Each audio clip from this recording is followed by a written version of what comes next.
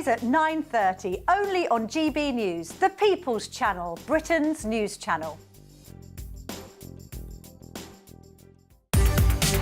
From the school run to the home run, watch a new show for all of Britain. So he can say whatever he wants. A straight-talking show where all voices are heard. And, you know, when are we going to stop talking about smashing the gangs and actually do it? With the stories that matter from every part of our country. There's a bit of a crash landing there for your Chancellor. Bold, fearless and standing up for you. That's me, Martin Daubney, 3 p.m. till 6 p.m, weekdays, here only on GB News. The People's Channel, Britain's news channel. Westminster's full of talk, but out here, it's the real world. Am I allowed to talk now? No, that's it. This is where it matters, real people and real lives. That's what politics is all about. In fact, has Trump made a good start? No. Straight answers, no spin, and just a couple of pints. How many fingers have I got up? About 10. So join me for Lee Anderson's Real World every Friday at 7 p.m, only on GB News. The People's Channel, Britain's news channel. Join me, Nana Okoye, for an informative, interactive news programme with a difference. It's fun. No, he didn't say that, Dave. I'm so surprised. I think there's an element of truth to that. Join me from 3 p.m. every weekend, only on GB News, Britain's news channel. I think for far too long in this country, millions of people felt as though they weren't represented at all by the establishment media. GB News was needed because there literally was no other voice. Everyone was saying the same thing. GB News exists because there is a desperate need for fearless journalism that puts the people first. GB News came on the scene as a disruptor, and it has always been a disruptor ever since. The mainstream is all about keeping the status quo as it is, ticking along quite nicely. They don't want to ask difficult questions. But journalism is journalism at the end of the day, and we're not here to serve any masters. Our masters are our audience. Charlie Peters, he gave a voice to the victims of grooming gangs, and now, of course, it's led to a national inquiry. GB News exists to make sure those concerns are put forward and people feel as though what they want to ask is put to those in power. We don't take orders from anyone. We ask the questions our viewers and listeners want answering. I know what's actually being discussed by my family and my friends. Us ordinary, hard-working British people have had enough. We've had enough. They're fed up with the same old establishment nonsense. Everything that we do is opening up conversations that others are afraid to go at. Why are you illegally bringing people into Britain? That is our job. Our job is to get to the truth. If it's important to you watching or listening at home, then it's important to us as well. That's what makes us the fearless champion of Britain.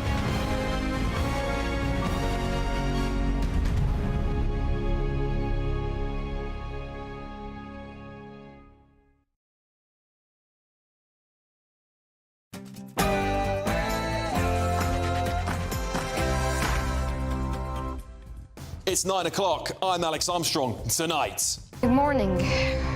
You all right? Have you ever wondered what you'd do if your world was destroyed? Well, as 10 Gazan children are flown to Britain for emergency medical care, along with 50 of their companions, are we creating a new asylum seeker loophole? Plus, I can confirm the UK will recognise the State of Palestine by the United Nations General Assembly in September. Yes, well, the PM's planning to recognise Palestine as a state. Are we rewarding the evil perpetrators of October 7th? And they're having to learn to get by on less. How are we supposed to live on £50 a week? And rely on each other more. Hundreds of thousands of young British men have been put on benefits for life without the need to search for a job. Is Britain's benefits bonanza spiralling out of control? Also tonight, digital ID will make our interactions with each other and with the state faster, cheaper, and more reliable. Seeing him makes my toes curl. Digital ID could be just around the corner, but do we risk turning Britain into a surveillance state like China? Plus, the serious answer is to smash the gangs. Yes, as the government's partial returns deal gets off to a shaky start, to say the least, will Labour ever manage to smash the gangs? And on my panel tonight, it's journalist and broadcaster Linda Jubilee, former Labour Party advisor Paul Richards, and former Met Police detective Peter Blexley.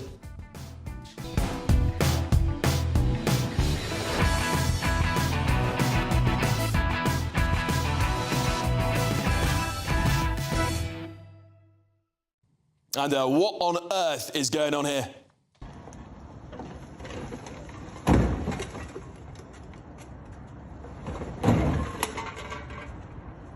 Well, your Saturday night is about to get started right after the news with Aaron Armstrong.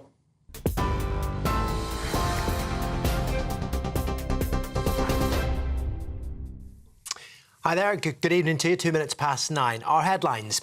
Passengers at Heathrow Airport have been dealing with major disruption after a cyber attack paralysed some of its check-in and boarding systems. Those at Terminal 4 experienced multi-hour delays and long queues as staff were forced to resort to handwritten boarding passes. Brussels and Berlin-Brandenburg airports were also affected after a US tech firm behind the software said it was targeted late on Friday night. It's feared the disruption could drag into a second day. The incident, the latest in a series that have affected UK airports this year. More than 1,000 asylum seekers crossed the English Channel on small boats yesterday. It came on the same day the government confirmed 2 men had been deported under its one-in, one-out deal with France, bringing the total this week to 3. It followed 9 days of no arrivals because of bad weather and underlines the scale of the challenge facing the government as it tries to get a grip on the crisis. More than 32,000 people have now made the journey in 2025, a record for this point in a year.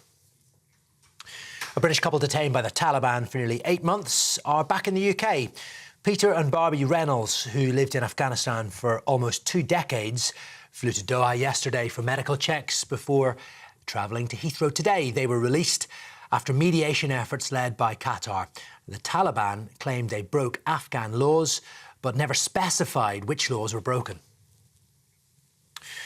At least 3 people have been killed in Ukraine and dozens more injured after a large-scale aerial attack by Russia. Ukraine's President Volodymyr Zelensky says Moscow launched 40 missiles and nearly 600 drones at residential areas across the country. Polish and Allied aircraft were deployed as a result to ensure the safety of Polish airspace. It follows an incursion into Estonian airspace by Russian warplanes on Friday. Moscow claims that was a scheduled flight. NATO has confirmed plans to begin work on strengthening its eastern flank. The biggest beer festival in the world is underway in Munich, Oktoberfest, of course, which starts in September. Many of the faithful guests arrived early, all in a hurry to grab one of those good spots in the beer tents, where, of course, you'll get food, music, and plenty of this. Millions of litres of it, well, 1 million litres to be exact. Some 6.7 million guests are expected to attend this year's celebration in Munich, the 190th edition of the famous festival.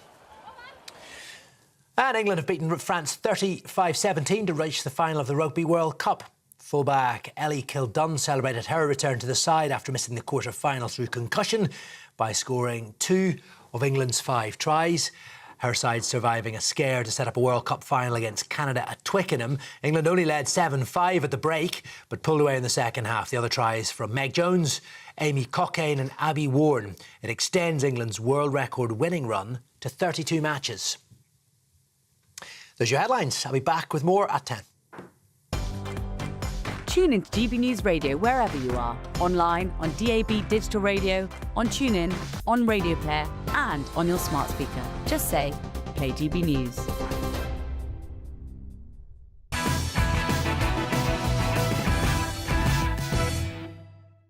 Good evening, everybody. While British children, 240,000 of them, are waiting for hospital treatment on the NHS, the British government is rolling out the red carpet to bring children from Gaza into our country for treatment. Now, let me be clear. nobody, and I mean nobody, wants to see children suffering. No matter where they're from, children are always innocent, and it breaks my heart to see any child suffer.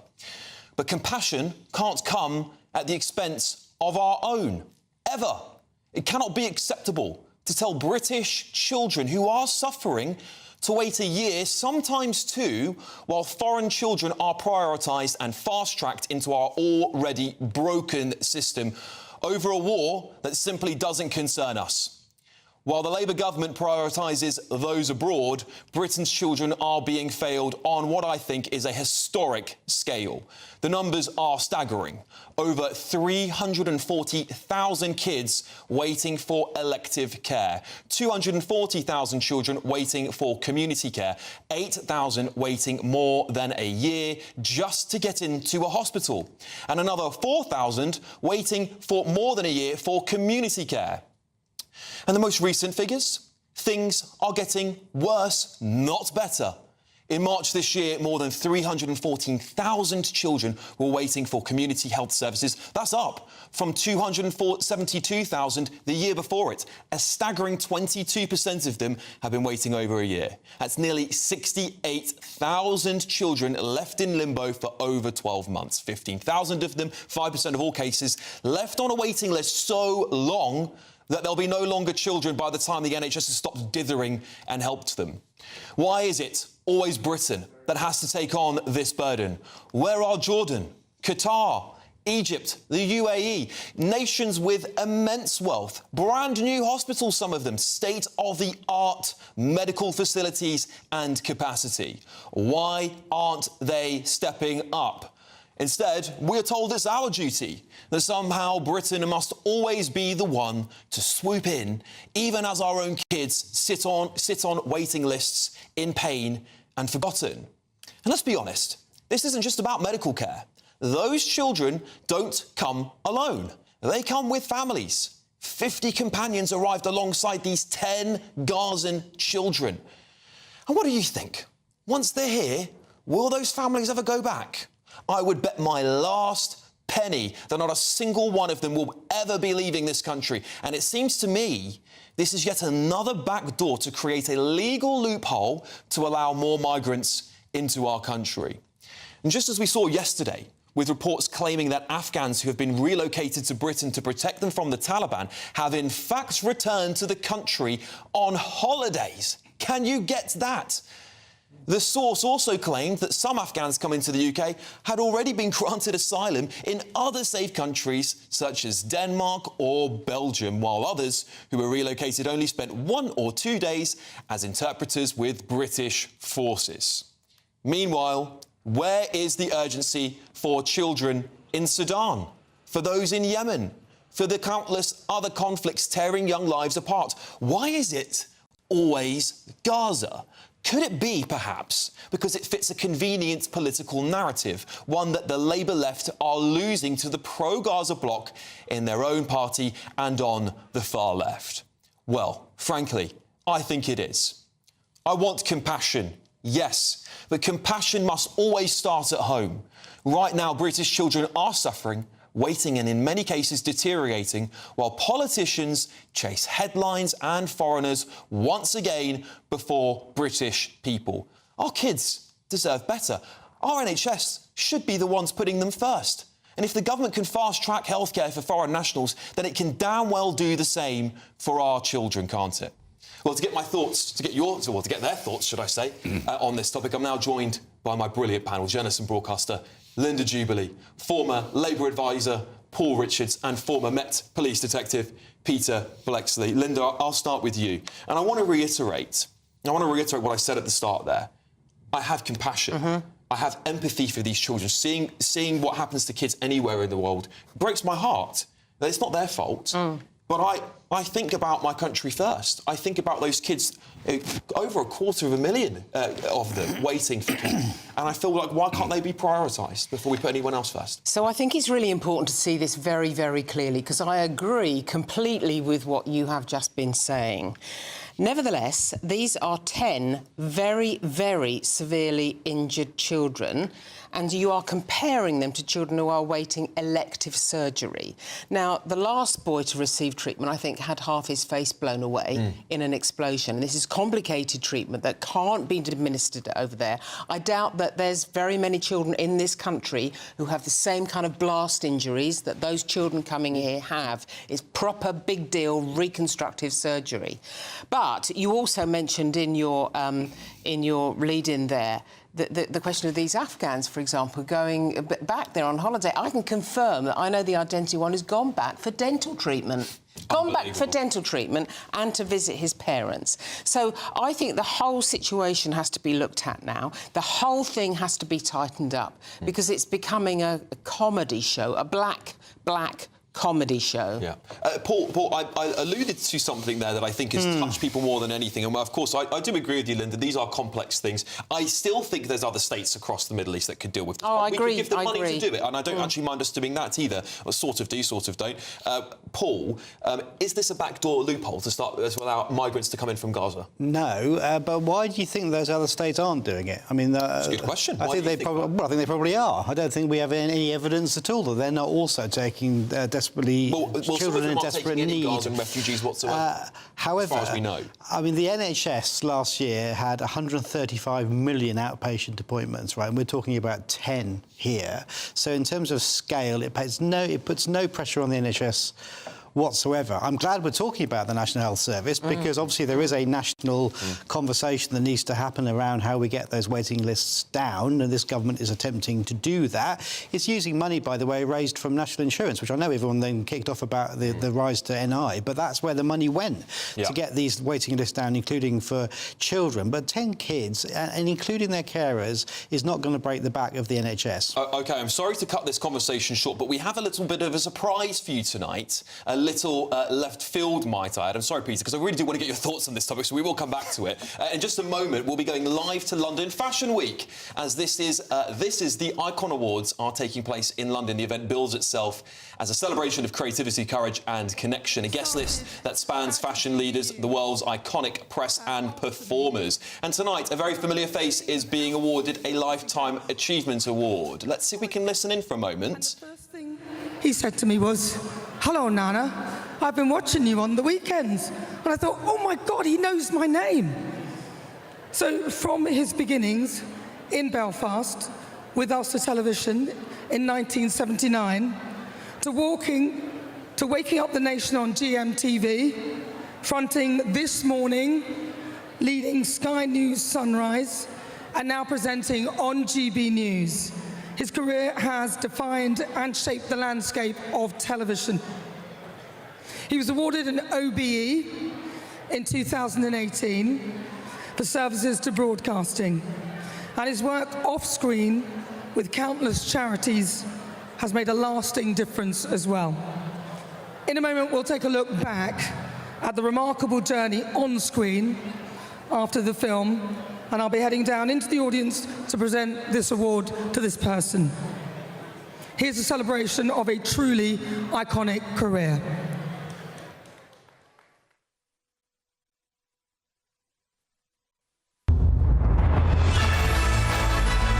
Hello there, very good morning, good to see you. I'm Eamon Home.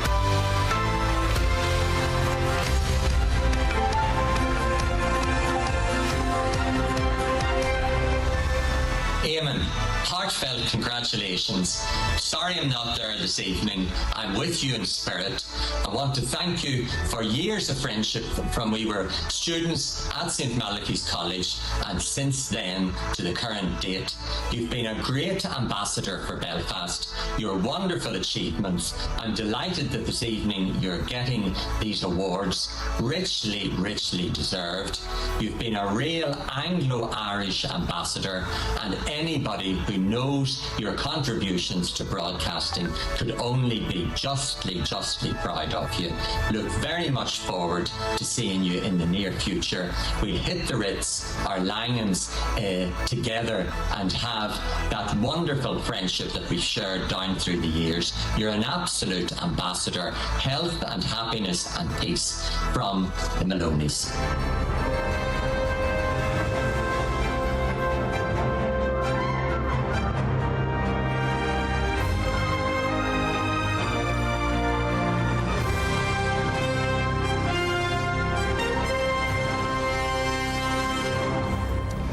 there, good morning. You're waking up to a new look sunrise here on a new look Sky News at 8 o'clock, Monday, the 24th of October. Good to see you, 8 o'clock on the dot. You're waking up to sunrise here on Sky News on Tuesday, the 19th of September. Very good morning to you, 6 o'clock exactly. Breaking news on sunrise. Congratulations, Eamon, on your Lifetime Achievement Award. Well deserved. You earned it, big man. See you later, big bro.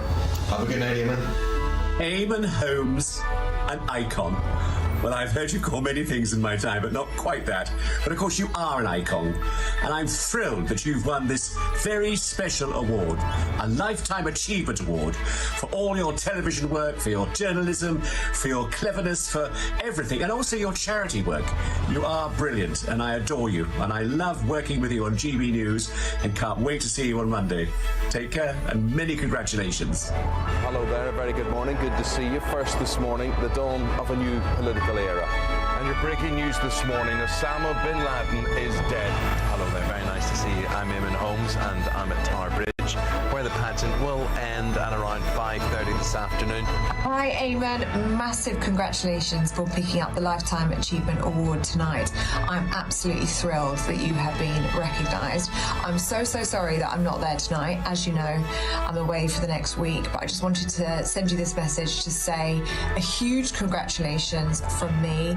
It is a pleasure working with you Monday, Tuesday and Wednesday every single week, and I'm just blown away by your knowledge and your wealth of experience in so many different fields, whether it's farming or sport or film, or we were talking about Spitfires in the Second World War yesterday. Just the amount of things that you have obviously picked up over the years, the amount of people that you know, the stories that you can tell. It is absolutely incredible and a testament to the career that you've had that has just spanned decades. So I'm just so happy that you've been recognised tonight. I hope you have a wonderful evening, and sending you lots and lots of love. Hi Eamon, it's Linda here and Sam. Hello, mate. I'm so sorry we're not there with you tonight. Really wanted to come along, but we're on holiday in Portugal. But congratulations on the Icon Lifetime Achievement Award. You really deserve it. We really do, mate. Listen, I would like to say I wish you were here, but I'm really glad you're where you are now, because you are in exactly the right place, because you are an icon, you are a legend, you've had an amazing career, and you've always been right on the truth line, which is why we love you. So thank you for that. From starting into farming news right the way up to now, and certainly going through what you're going through right now. You're a Trojan, you're a warrior, you're a legend. We love you. And congratulations. And a very good friend. And we love you. We'll see you soon. Take care. Have a great night. Bye, Eamon. I like to get close to my audience, Dom. Yeah, I don't get that.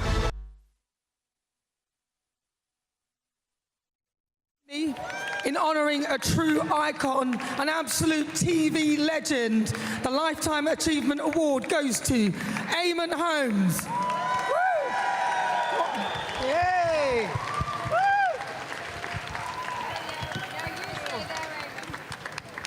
Nana, thank you. Thank you very much. This is so embarrassing, genuinely. I had no idea that was coming my way. I'm sorry I can't get up. I'm in a wheelchair. This is where I have been for the past couple of years. But the great thing about GB News is that I just have to sit behind a desk and I can still carry out the job that I love, which is excellent. You know, people. I thought they were talking about, Eamon, you're a real cult. I think that's what they were saying. I'm not so sure, but absolutely amazing. I had school friends on that tape. I had two of my brothers there as well who looked nothing like me. Just amazing. So I'm really in a state of shock. And Eamon's only got one M and two N's, just to say there. But I hope that doesn't negate it. Listen, folks, thank you. We've bored you enough going through all that stuff, but thank you very much indeed. Very, very humbling, very gratifying. Thank you. Thank you very much.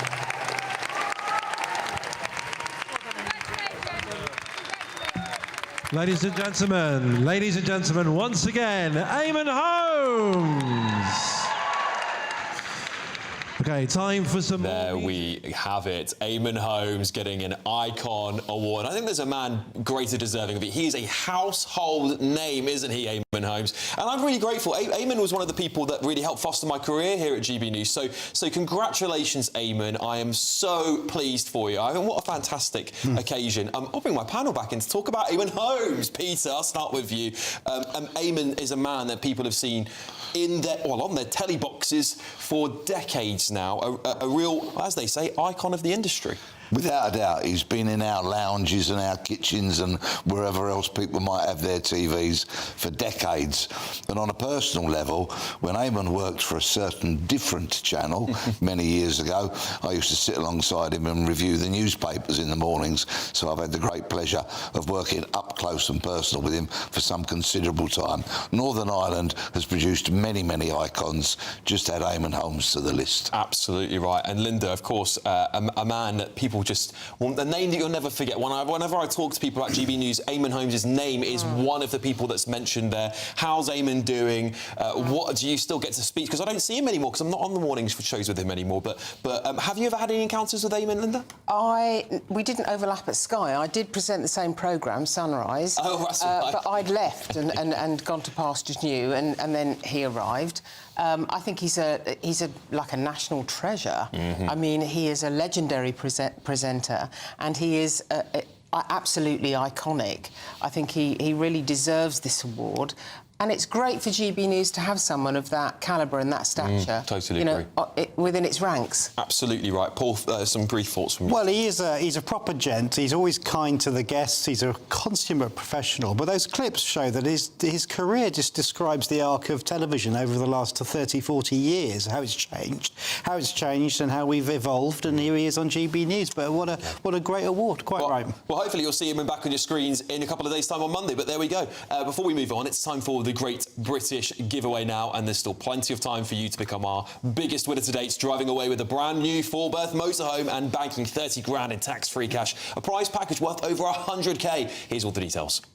You're not going to want to miss our greatest Great British Giveaway so far. You could bank an incredible £30,000 in tax-free cash to spend however you like. And if that wasn't enough, you'll also get to drive away in this brand new motorhome. With thanks to Marquis Leisure, this brand new 2025 Benimar Primero could be yours. It comes with all the mod cons you'd expect from a vehicle worth over £74,000 and comfortably sleeps 4 people. This prize package is worth over £104,000. And remember, if you can dream it, you can drive it away.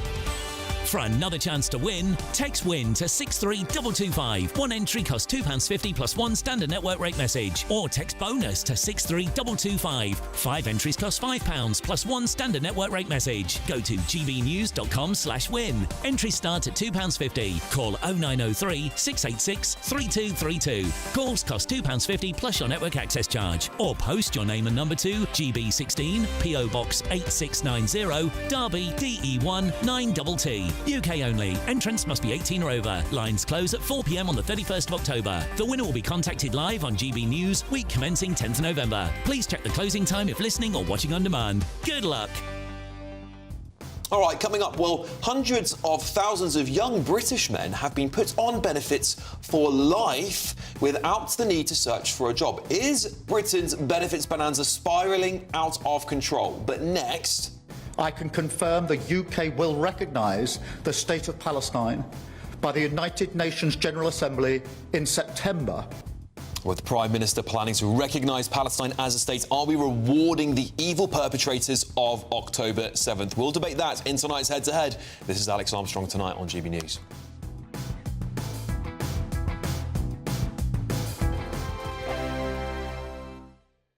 At GB News, we love to hear from you, our loyal community. So drop us a line at gbnews.com/yoursay. There you can talk to each other and also to the presenters live on air. gbnews.com/yoursay, because GB News is your channel, Britain's news channel. Decisions made in Washington aren't just shaping America, they're shaping Britain too. From migration to global security, from crime to health. Whatever happens in the White House today will be felt in your town or city tomorrow. That's why The Late Show is live from Washington, D.C. Cutting through the politics to show you what it all means for Britain. The Late Show Live starts Monday night at midnight. Only on GB News, Britain's news channel. From the school run to the home run, watch a new show for all of Britain. He can say whatever he wants. A straight talking show where all voices are heard. And, you know, when are we going to stop talking about smashing the gangs and actually do it? With the stories that matter from every part of our country. There's a bit of a crash landing there for your Chancellor. Bold, fearless and standing up for you. That's me, Martin Daubney, 3 p.m. till 6 p.m, weekdays, here only on GB News. The People's Channel, Britain's news channel. Join me, Nana Akwe, for an informative, interactive news programme with a difference. It's fun. No, he didn't say that, Dave. I'm so surprised. I think there's an element of truth to that. Join me from 3 p.m. every weekend, only on GB News, Britain's news channel. Westminster's full of talk, but out here, it's the real world. Am I allowed to talk now? No, that's it. This is where it matters, real people and real lives. That's what politics is all about. The fact that Trump made a good start, no. Straight answers, no spin, and just a couple of pints. How many fingers have I got up? About 10. So join me for Lee Anderson's Real World every Friday at 7 p.m, only on GB News. The People's Channel, Britain's news channel. Exciting news. Every Friday, my Patrick Christie's Tonight Show is going to have a twist to it. We're welcoming some special guests. You.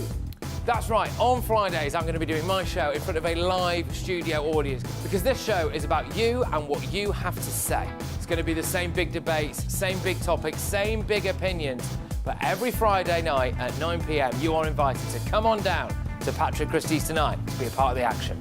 Only on GB News, the People's Channel, Britain's news channel. In the GB Newsroom, we bring you the news as it happens. With our team of dedicated journalists across the UK, we're ready to keep you up to date with what's happening every half an hour, every single day. Bulletins here on GB News, the People's Channel, Britain's news channel.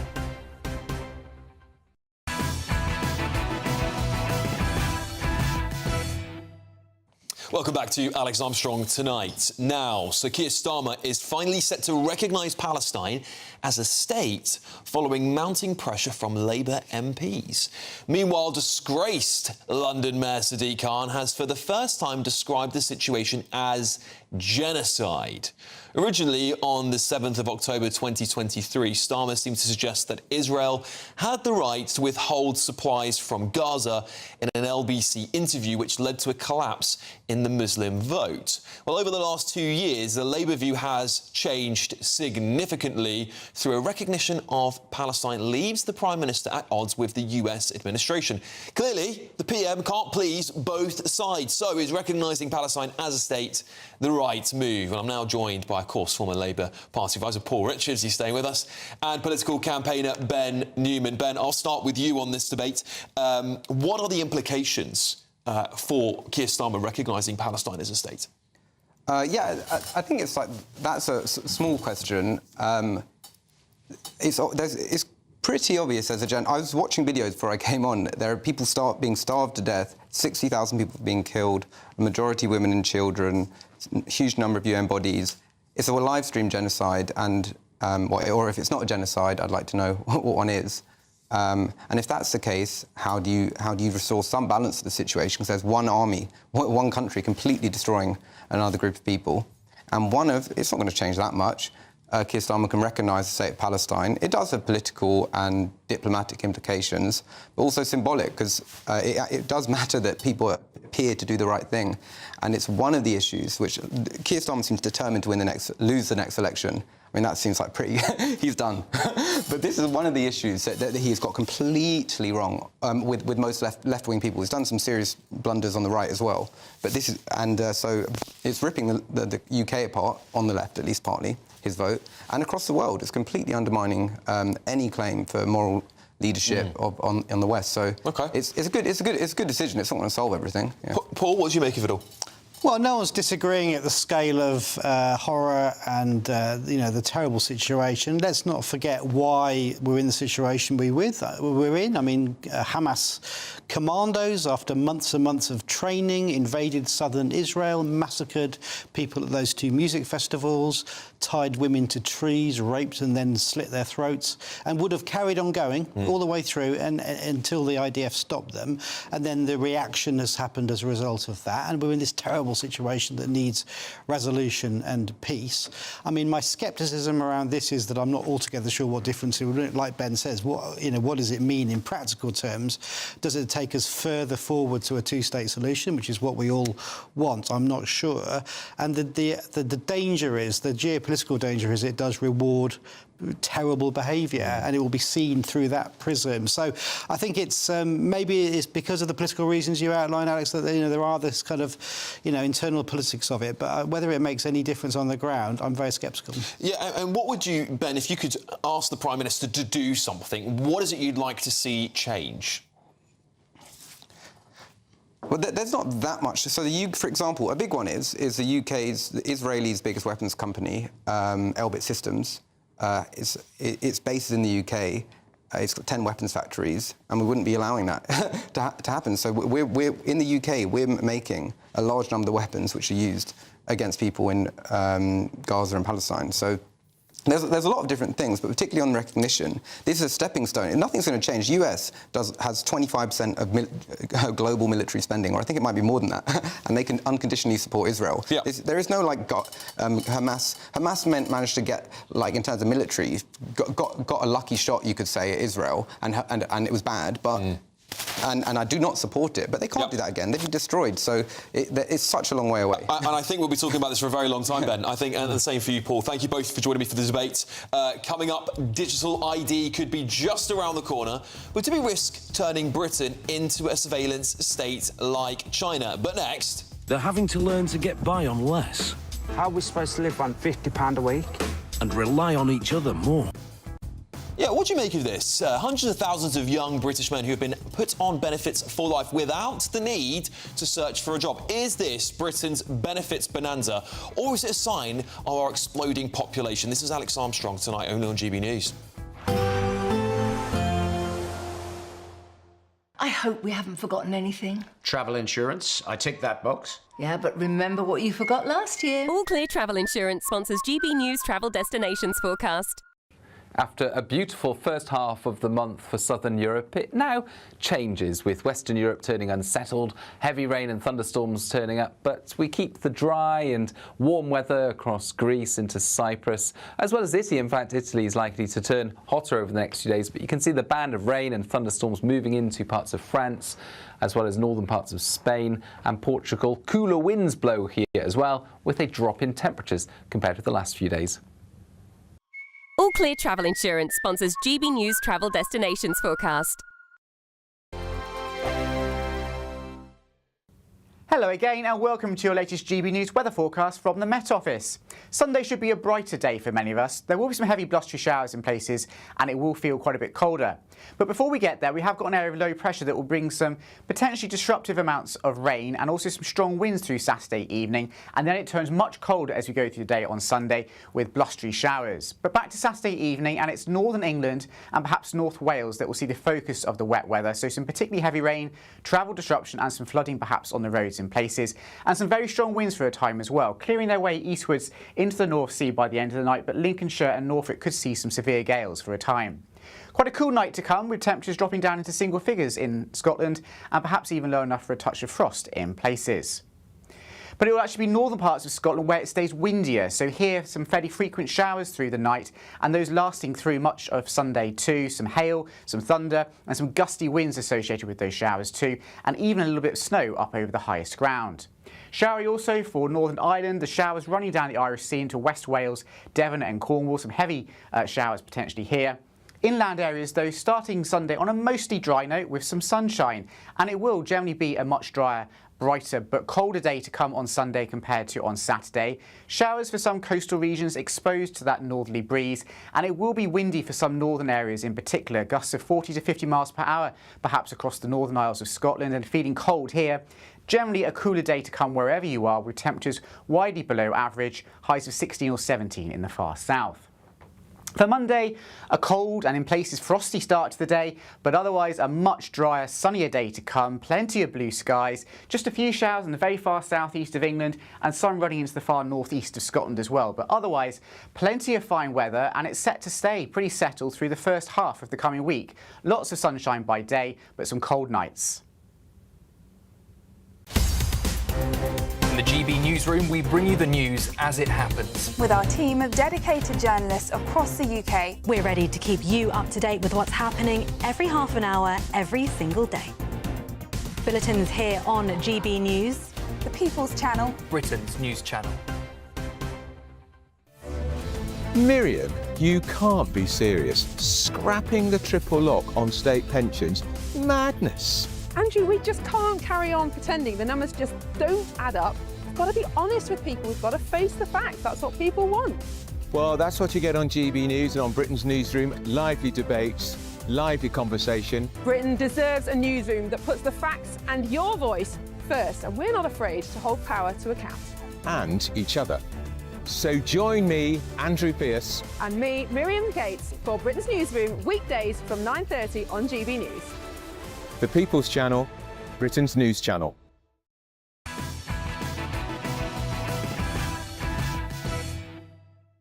Welcome back to Alex Armstrong tonight. Just get some of your comments here. Eileen says, if Ben Newman wants to know, talking about my previous guest, we're talking about Palestine, of course, wants to know what genocide looks like, he should visit Auschwitz. And this is the thing, isn't it? And we hear a lot, this word is just bounded around, like it's the same as the word far right. People don't seem to know the definitions of things anymore. And frankly, appeasing Hamas, I think that's a very, very bad look. I mean, thankfully, the Americans are just going to block all of this. We can't even agree on what the state boundaries are for so-called Palestine. So I kind of get a little bit sick of this, and I know you guys do talking about this topic, because what are we going to do about it? Nothing. If anything, I think we should just butt out of all these issues and focus on Britain for a while anyway. Now, in an outrageous revelation, the Department for Work and Pensions has revealed that over 680,000 men aged 16 to 29 are receiving universal credit. And even more shockingly, over 200,000 of these men have dropped out of the jobs market entirely. Yes, that's right, over 200,000 prime working-aged men are on universal credit with, as the DWP puts it, no related work requirements. So what's going on here then? Who is to blame? Can we pin this issue on the pandemic, or does Sir Keir Starmer's government need to get itself together on this issue? We're now joined by the founder of Policy and Practice, Devon Galani. Devon, thank you so much for joining me. I want to preface this conversation by saying this. There are people in this country who desperately need benefits. They survive off of benefits, and they do so for good reason, because they genuinely cannot work. They genuinely want to work. And I'm sure many of the cases of the men I've just mentioned perhaps are genuinely exceptionally ill and cannot work. But is there a broader theme here, Devon? Is there a broader trend that we need to be looking at? Yeah, well, that preface is absolutely right, Alex. That there are lots of people who we want a benefit system that supports people who can't work. And that's one of the drivers of sickness and disability benefits. We've got a sicker population. Yes, you're right, coming out of the pandemic, but actually we were getting sicker before that. I think there's probably three main things to think about here. One, how's the jobs market? So what's going on with growth? How many jobs are there at the moment? Two, health, which is, I think, a really fundamental problem that people are getting sicker. They haven't historically, actually, they've struggled to access the healthcare support they need to stay in work. That's often what we hear about on the front line. And the third one is the structure of the benefit system, which is often where this debate focuses, but is probably the third most important out of those three. But it is something that we can do something about, so you can change policy. And you are seeing some changes in policy now under this government. So a couple of things that they are doing. One is they're narrowing the gap between people who don't get disability benefits and those who do. So that should reduce the kind of maybe financial drivers of people going on to disability benefits and wanting to stay there. I think the other thing you've got is something like universal credit. And letting people know. I think it's a communication problem because you have been able to move into work and keep some of those benefits for a period of time. But actually people don't always believe that. They don't trust that. There's like a trust gap for people with the social security system as well. So I think that's another problem that we can resolve. But if you go back to it, right now, you've got a struggling economy. If you've been out of work for a long time, getting back into work is much harder. And actually, I think where the government most needs to focus is stopping some of these young people from getting to that position where they feel they need to get onto these benefits in the first place. So when they're applying for this kind of support, are they actually getting a proper conversation? So actually, what other options are there for you? Yeah. Is this where you want to be if you're going on to them at 21? Is this where you want to be at 25, 30? Because Devon, is there not I mean, first of all, we talk about in-person interviews for these sorts of things that used to take place before the pandemic. Now they're done by Zoom. I think that does make it easier almost to at least the feeling if you are going to make what I would call a bogus claim, someone who could work but doesn't need to, that obviously can't find work and doesn't want to work, could get away with it a little bit more easily over Zoom than they can in person. I think that's an issue. What could be done here? Because the government have been in a really tricky spot with the left wing of their party who don't seem to want to change anything about benefits, whilst protecting the people who genuinely do need them.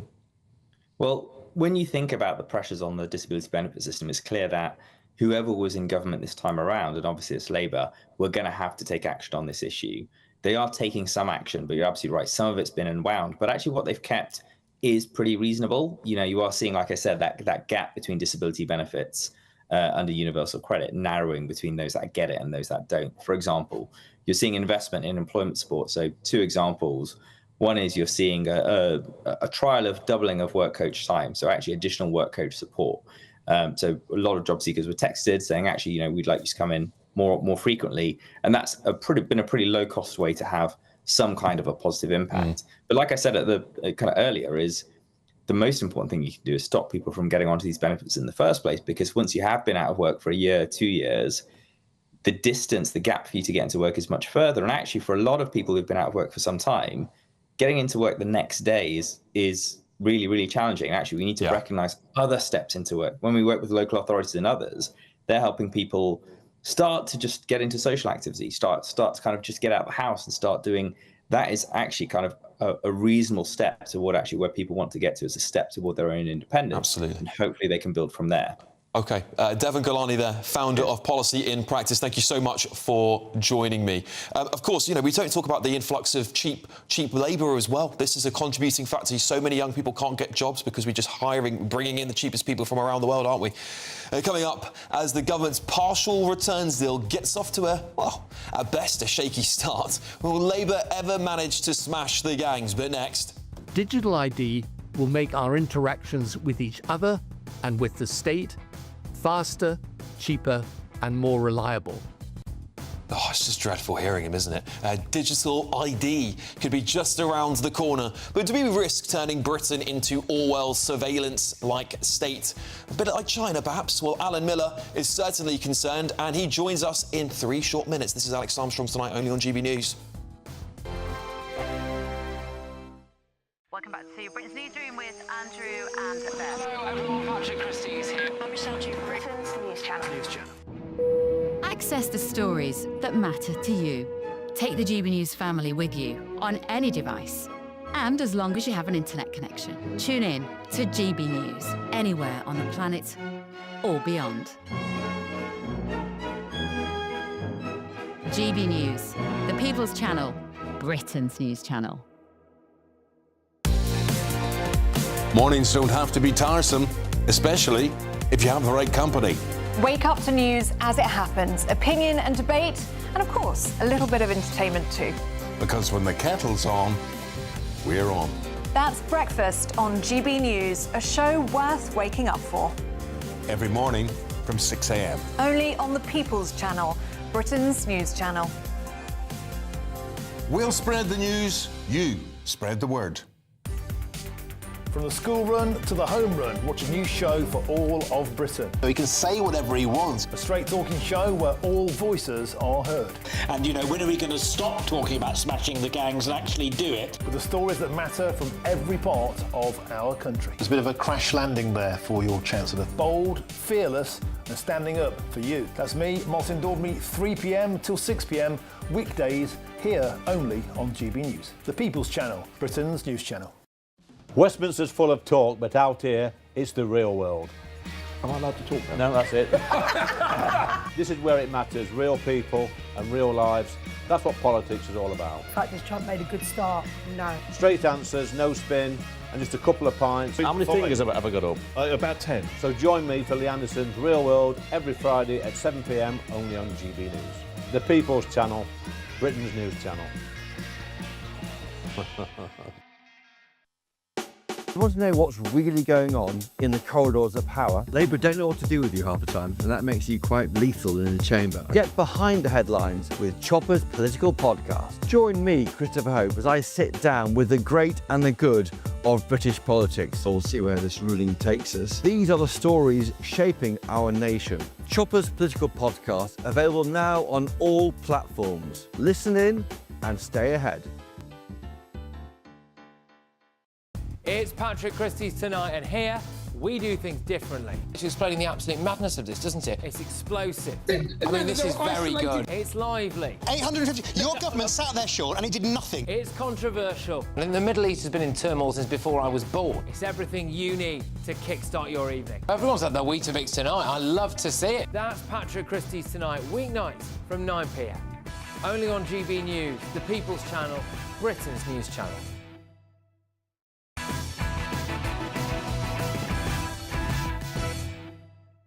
Welcome back to Alex Armstrong Tonight. Well, the Prime Minister is expected to press on with the extremely, to say the least, divisive introduction of digital ID. Now, digital ID was an idea previously floated to, well, apparently tackle the asylum crisis, since only citizens and those with immigration status would be eligible to receive it.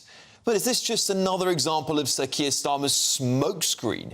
Is he concealing a draconian 1984 agenda whilst attempting to get on the right side of this?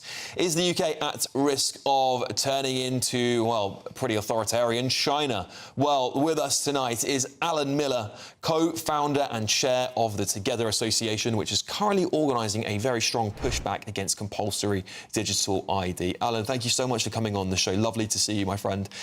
Scary stuff. Scary stuff. We hear Keir Starmer will push ahead with this at the Labour Party conference, which is just around the corner. What are your thoughts? Well, Alex, good to be here, but terrible that Keir Starmer's now saying we're going to have green light to digital ID to stop the boats and to stop crime. We've already seen the Department for Pensions under Liz Kendall have powers being put through to snoop and spy and take money out of our banks. We've had debanking already, very famously. We've all challenged that. We've seen that 13,000 people are arrested a year, 30 arrests a day for so-called non-crime hate incidents, for posts, for things they say on social media. We've seen that there's a big push towards a central bank digital currency. Over 440 million Europeans with the EU. Not only do they have the Digital Services Act, like our Online Safety Act, which is draconian and censors speech, but also to have digital ID system. And now, of course, we're told that what this is going to do with digital ID, it's going to stop the boat. So I don't know how. What, we're going to pay for all these guys to have smartphones and they tell the truth on them and then everyone's paying for them. They shouldn't be here. For centuries, we've defended our borders. Keir Starmer talks tough about fighting elsewhere, but isn't prepared to fight and defend freedom in our own country and to protect our borders. We know this is nonsense. What this will be more of, it will be more of two-tier, it will be more of censoring, it will be more assessing what your carbon footprint is, like councils have done with how you're recycling your rubbish, or where you can drive with low traffic neighbourhoods with bogus proposals around and statements around clean air that just aren't true, that people like Sadiq Khan like to suppress or actually interfere with. You know, there's the data breach question. Up until now, in 2025 in the States, there's been 165 million individual Americans who have had data breaches.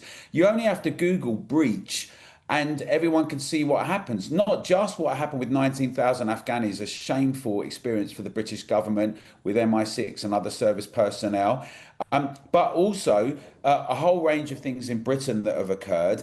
And indeed, everything from IVF treatment in Finland to UBS and banking. What we're seeing is an inability to have privacy. We're seeing that there's a push towards ever more surveillance, facial recognition that we had no manifesto for. There was no manifesto for digital ID.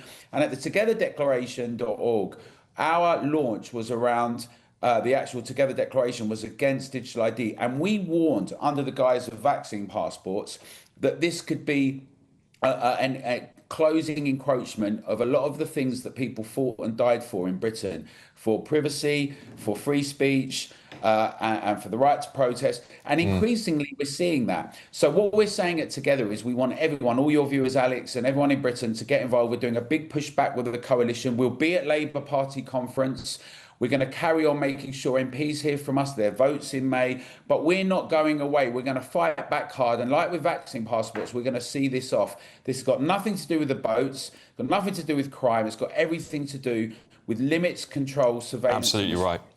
Alan Miller, thank you so much for joining me, co-founder and chair of the Together Association. I've got my panel here. Peter, I want to come straight to you on this one.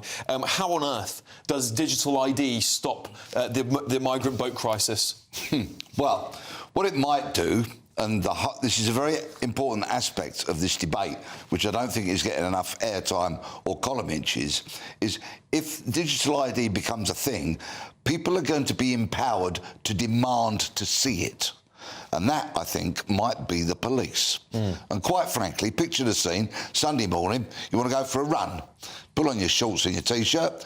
Do you have to take your digital ID with you when you go for a run round the park? Will the police be empowered to stop you and demand that you produce your ID? And if you don't have it, will they be able to scoop you off the streets? The way British policing is going at the moment, with its very autocratic kind of attitudes towards so many aspects, I wouldn't trust them with those powers. And Paul, Keir Starmer, there's a bit of a smokescreen here for illegal migration, is it?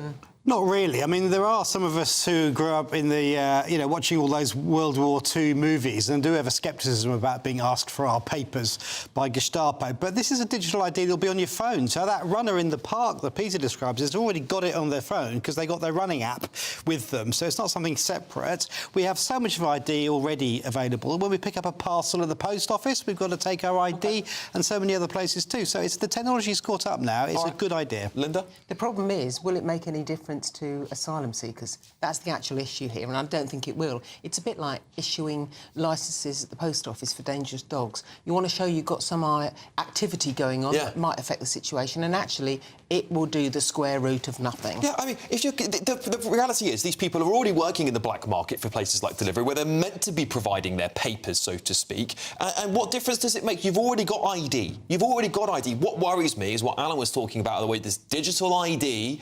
What if they want to put on your medical status? What if they want to put on your political preferences, your religious preferences, your ethnicity, your race? What sort of things could they ban an authoritarian regime ban you from? That worries me. Anyway, coming up, we'll bring you the very first of tomorrow's newspaper front pages. But next, the serious answer is to smash the gangs.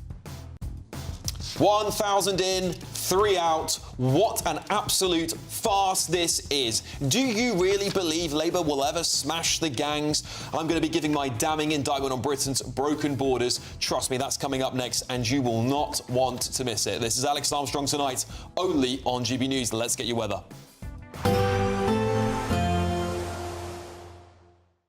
Expect warm spells with the odd rude interruption. Box Boilers sponsors the weather on GB News. Hello again and welcome to your latest GB News weather forecast from the Met Office. Sunday should be a brighter day for many of us. There will be some heavy blustery showers in places and it will feel quite a bit colder.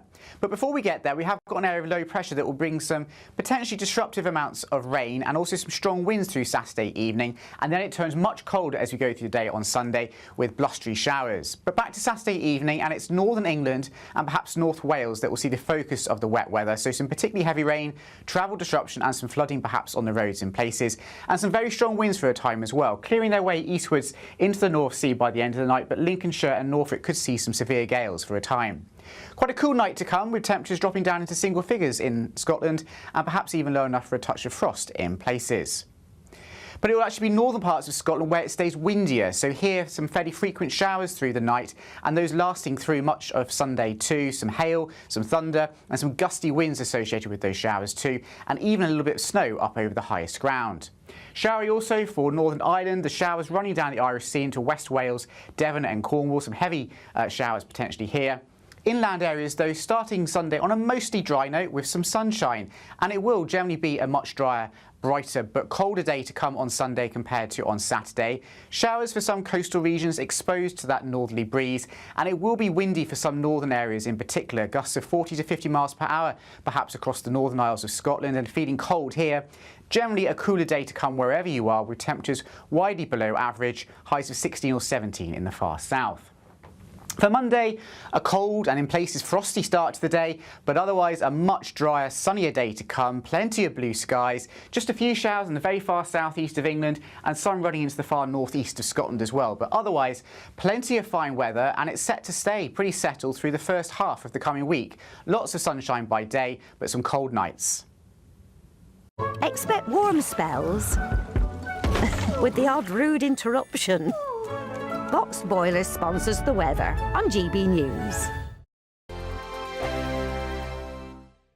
This is your chance to win a motorhome and cash in our biggest giveaway to date. Courtesy of Marquis Leisure, you could be the proud owner of this 2025 Benamar Primero. It comfortably accommodates 4 people and can be driven on your standard driving licence. Plus, you'll also bank an incredible £30,000 in tax-free cash to spend on anything you like. Make sure you don't miss out. For another chance to win, text WIN to 63225. One entry costs £2.50 plus one standard network rate message, or text BONUS to 63225. 5 entries cost £5 plus one standard network rate message. Go to gbnews.com/win. Entries start at £2.50. Call 0903 686 3232. Calls cost £2.50 plus your network access charge. Or post your name and number to GB16 PO Box 8690 Derby DE1 9TT. UK only. Entrance must be 18 or over. Lines close at 4 p.m. on the 31st of October. Please check the closing time if listening or watching on demand. Good luck.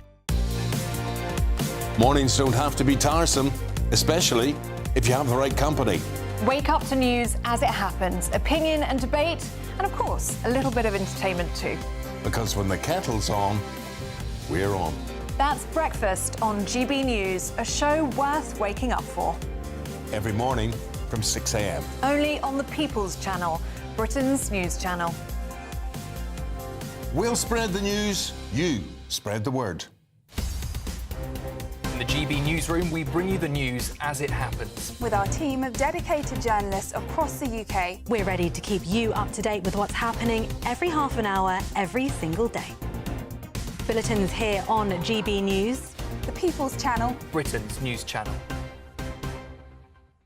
Hi, I'm Michelle Dewberry, and my show is your opportunity to cut through all the noise and dive in headfirst to some robust debates. Ideas clash. Situation, isn't it? No, because the failure is you're deliberately avoiding my point. Nothing's held back. And if you think this is the end of it, wait for more. And we do not shy away from the difficult stuff. Sometimes I want to shake people and say, if only you understood. So join me on Dubes & Co. weeknights at 6 p.m. only on GB News, Britain's news channel. 5 hosts, 5 opinions, 5 fearless debates, 5 unfiltered takes on the day's news. 5 reasons not to be anywhere else on Saturday night. This is the Saturday Five. You got me good there. Britain's biggest Saturday night TV show. It's not a bad brand. Yeah. Uncensored. Very, very racy tonight. On the unpredictable. What does she say? Can you translate it for us? And always entertaining. And how can a country go from being led by William Wallace Saturday nights from 6 p.m. only on GB News, the People's Channel. Britain's news channel. You're going to want to stay tuned, trust me.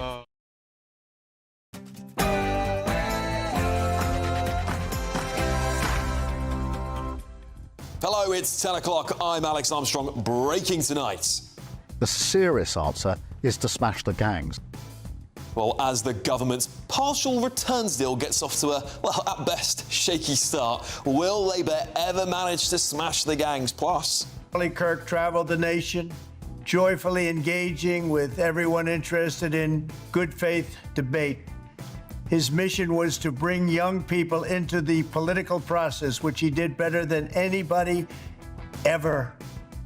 well, on the eve of Charlie Kirk's memorial service in Arizona, we'll cross live to get the latest from Ben Leo. And as the government's economic black hole booms, could Rachel Reeves tax your taxis?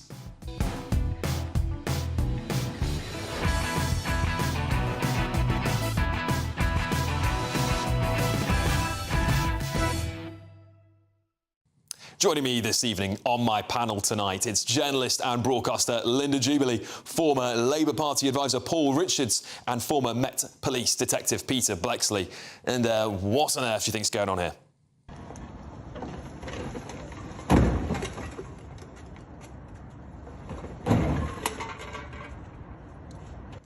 Your Saturday night is well underway, but let's get your news with Aaron Armstrong.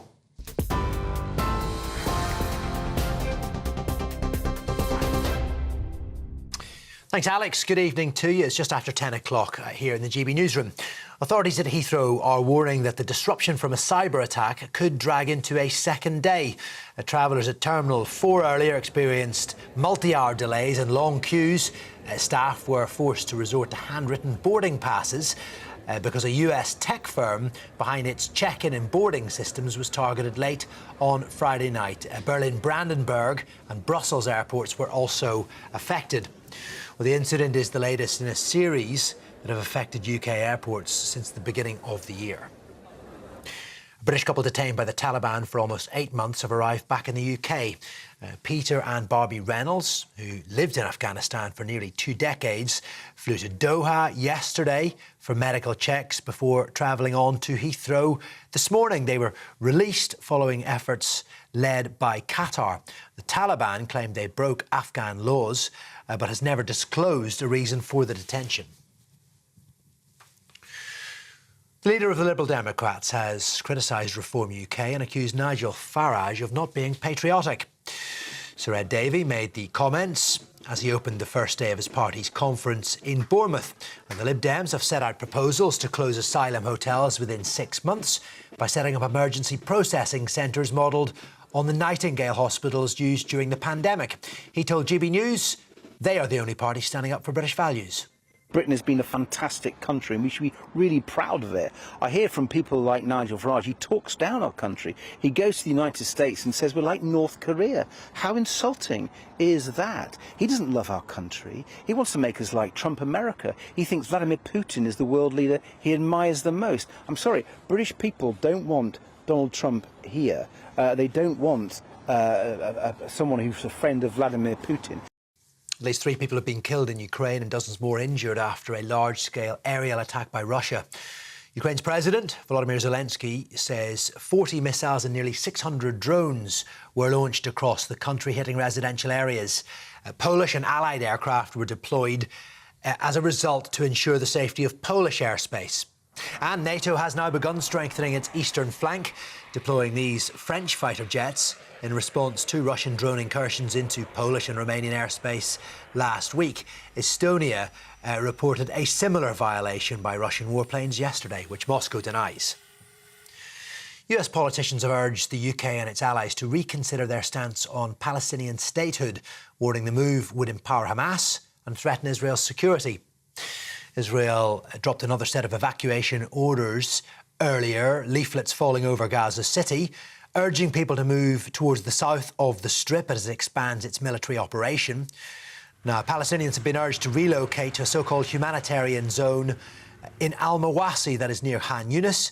The Gaza Health Ministry, though, says 47 people have been killed today. Sir Keir Starmer is expected to announce the UK's formal recognition of Palestine as early as tomorrow. And England have beaten France 35-17 to reach the final of the Rugby World Cup. Fullback Ellie Kildunn celebrated her return to the side after missing the quarter-finals because of concussion. She scored the opening try of the game. Great solo effort. France, though, were only 2 points down at half-time after this try from Narissa Condé. But England took control with tries from Amy Cockaine, Abby Ward and Meg Jones before Kildunn produced another moment of brilliance. Look at this, sidestepping 4 French defenders to score her second of the game. England will face Canada in the final at Twickenham next weekend. And those are your headlines. I'll be back with another bulletin at 11. Take the GB News family with you on any device. As long as you have an internet connection, tune into GB News anywhere on the planet or beyond.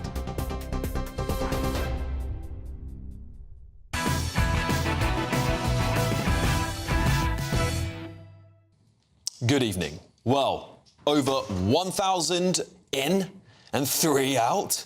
But an Egyptian rapist and convicted terrorist won't ever be one of those going back to France, will he?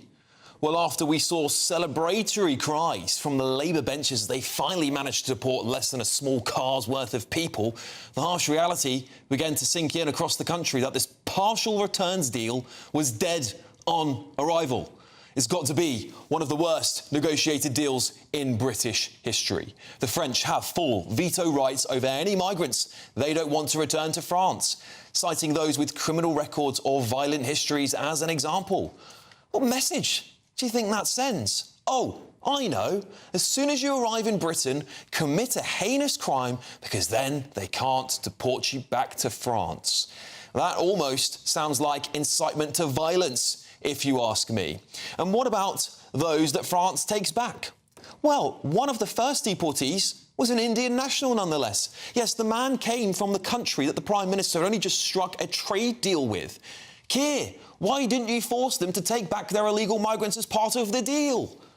Well, we know France are going to do, or don't we? We know what they'll do. They'll take that Indian national and they'll deport him straight back to India. The same thing we should have done, but we're too weak and crippled by laws that Starmer made all his money defending. So let's do the mathematics here, shall we? We received 1,000 migrants from France indirectly this week. Then we pay France £500 million to, well, let's face it, stop 0 boats. Then we take in an illegal migrant from France illegally via the partial returns deal, who will now permanently reside in the UK. Then we pay an undisclosed sum to France for that same partial returns deal, probably tens of millions, if not hundreds of millions of pounds for that too. And for the migrants that we deport to France, who, of course, can veto those dangerous criminals such as rapists and terrorists, well, they can simply deport that person back to their country of origin. So, to summarise, that's tens of thousands of migrants into the UK illegally, hundreds more legally, and we pay France, let's say, £750 million ballpark for the pleasure of it all. Meanwhile, France loses tens of thousands of illegals. Any it receives back from us that are the least violent, by the way, can also be deported out of France. Oh, and they get an estimated £750 million and their border force, all they have to do is pose for BBC photos every now and then. What an absolute farce. What a joke. We need this country to be run by serious people, not those who would rather make a mockery of our country, all for plaudits from their lefty lawyer mates and pound shop Napoleon, Emmanuel Macron. This deal has made a mockery of Britain. There is a net negative output here for our country. Now let's get the thoughts of my panel. I'm joined by journalist and broadcaster Linda Jubilee, former Labour advisor Paul Richards, and former Met police detective Peter Bleksley. Paul, look, I have to start with you. as I just listed the sort of mathematics, the negatives and the pros and cons there, it seems like a lot of cons for Britain, a lot of positives for France, and not much in the way for positivity for the taxpayer. Well, the number you missed was that 35,000 illegals have been returned, so that hang on. did not appear in your... have not been returned. That is not that they have not been. That is not true. Many of them have been voluntarily left the country after being. That's not the same as returning. So, but you didn't even mention that. Yeah, but Paul, let's be honest with our language back to the British people. Let's not take them for fools. Agreed. OK, Peter? So, well, hang on. I didn't get my sentence out. All I was going to say was, I think that, yes, the French do need to step and do a lot more to stop the boats leaving in the first place.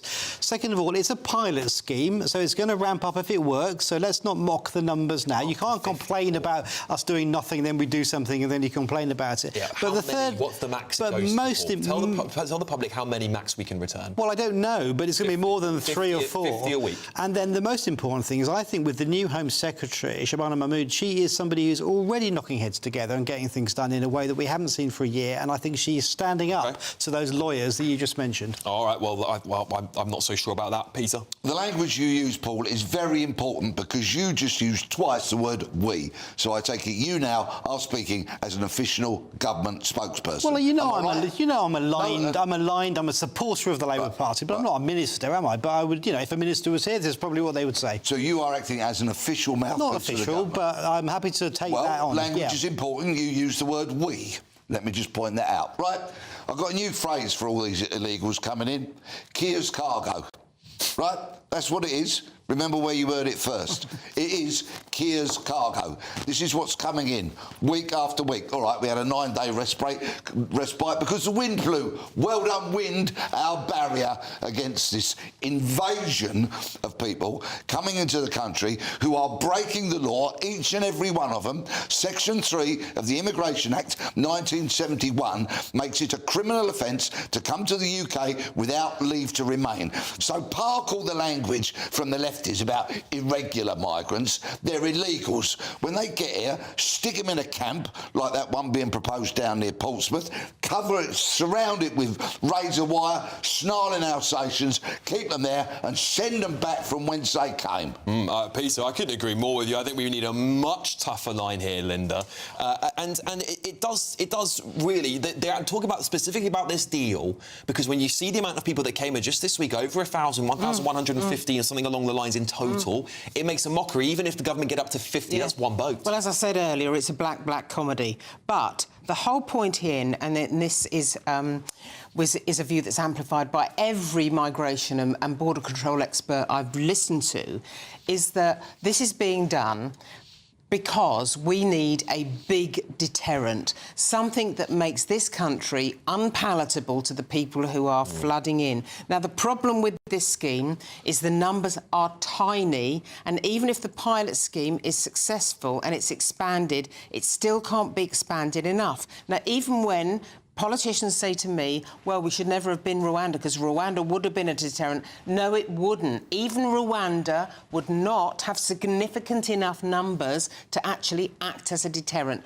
Most Border Force officials say that you have to be prepared to say that you will maybe get 50 to 80% of people returned. That's the kind of number that means it's a deterrent. Welcome to this cell. There's the razor wire. There's my snarling Alsatian. That's a deterrent. What else can we do, Peter? Because what I think is this. I think the only way to end this crisis, because I think many of them will go to those... I think they'll be happy to go to some of those camps, to be quite honest, to get out of France, considering they are living lawless over there. But from there, they would be deported. That's what I want to hear. That's why you would deport them all. Of course. How far back would you deport everyone that's come here for the foreseeable part, let's say, since 2018, 2017, when this started? Great point. What happened to the 35,000 that came over the other year? Exactly. And the 35,000 a year before that, and the 30,000 50,000 a year before that. Where are they? What are they doing in this country? I want to know. I demand we should be told by this pathetic Home Office and this abysmal government. We want to know where they are. And before Paul pipes up, I agree, of course, many of them will have come under a different government. We still need to know. Where are they? What are they doing? Are they on benefits? Are they working and contributing? What are they doing? Yeah, Paul, I have no love for the last government's stance on this. I think they did an absolutely horrendous job of getting control of this, and I do sympathise that Labour's got to do something, but it doesn't look like they're doing anything. I think this returns deal is a complete political theatre to look tough, but doing absolutely zilch. Well, I disagree again, because it's new and it's going to be a pilot scheme, and if it works, maybe we can do similar deals with other countries and ramp it up and then create that deterrent that we all want. We all want the boats to stop. We all want the boats to stop, right? But if there was something... The only way to do that is mass deport these people back to where they came from, their countries of origin. But if it was as simple as that, why wouldn't any government have done it already? Because they're spineless. Yeah. Keir's cargo again and again and again. Would you send back refugees? What about legitimate refugees? Let me get Linda in here. Hang on, let me get Linda in. Linda, do you think we need to leave the ECHR, and do you think we need to reform the Human Rights Act? I actually think that we do. Now, I have completely changed my mind, because 2 years ago, I don't think I'd have come down on that side of the argument. But I think if we are continually disrupted by ludicrous decisions in our courts, we will have to do something about it. I think we are all agreed about that. I do think, though, Peter, we have to be careful about who we are sending back, because what we mustn't forget is that we have a birth rate now which isn't even a replacement birth rate. Even if we started encouraging women to have more children, it would take 20 years to push the population up, to raise enough revenue to put tax into the exchequer to start paying for stuff. On that very note, let's point out, because they're forever claiming it in immigration tribunals and the such like, I came from a war-torn country. There was a civil war going on in my country. Well, do you know what? Why didn't you pick a side and choose death before dishonour and fight for your country? Are we getting boatloads of cowards coming here then? Only the ones who don't want to fight? Because what kind of benefit are they going to be to our country? If they won't fight for their own country, they're hardly likely to enlist in our army and fight for ours, are they? The problem I've got, just to wrap this up, the problem I've got is the man I mentioned at the top of my monologue there. There is a man, an Egyptian man, who shouldn't be. There's no war going on in Egypt, by the way. He should have been deported God knows how long ago. He should have deported the minute he set foot on our soil, who's been able to rape somebody and is a convicted terrorist. Those are the people coming into Britain, everybody. And the fact that we can't stop them, and the government haven't got the backbone to stop them, he probably won't get sent home now because he's going to have a cushy time in prison, winds me up, and it will wind you all up at home as well. I know we want this all to end. But anyway, we've got to change tune pretty fast here, because it's time for the Great British Giveaway. There's still plenty of time for you to become our biggest winner to date, driving away that new motorhome worth, of course, and 30 grand in tax-free cash, a prize package worth over 104k. Here's all the details. You're not going to want to miss our greatest Great British Giveaway so far. You could bank an incredible £30,000 in tax-free cash to spend however you like. And if that wasn't enough, you'll also get to drive away in this brand new motorhome. With thanks to Marquis Leisure, this brand new 2025 Benimar Primero could be yours. It comes with all the mod cons you'd expect from a vehicle worth over £74,000 and comfortably sleeps 4 people. This prize package is worth over £104,000. And remember, if you can dream it, you can drive it away. For another chance to win, text WIN to 63225. One entry costs £2.50 plus one standard network rate message. Or text BONUS to 63225. 5 entries cost £5 plus one standard network rate message. Go to gbnews.com/win. Entries start at £2.50. Call 0903 686 3232. Calls cost £2.50 plus your network access charge. Or post your name and number to GB16 PO Box 8690 Derby DE1 9TT. UK only. Entrants must be 18 or over. Lines close at 4 p.m. on the 31st of October. The winner will be contacted live on GB News, week commencing 10th November. Please check the closing time if listening or watching on demand. Good luck. All right, good luck, everybody. Well, I've got your front pages hot off the press coming up very soon. But next, very special guest, another one. Ben Leo's joining us live from Arizona in the United States. He's going to be giving us a rundown of what's been going on over there. And just today, there's been some big breaking news. Donald Trump has basically changed an entire visa system that brings in hundreds of thousands of people into their country every single year. These are what we'll call H-1B visas. These are the most prestigious visas you can get. And he's just completely torn it up and thrown it in the air. There's people even well, they might be deporting themselves by getting on a flight tonight before it goes live. Anyway, more on that very shortly, but this is Alex Armstrong Tonight, only on GB News.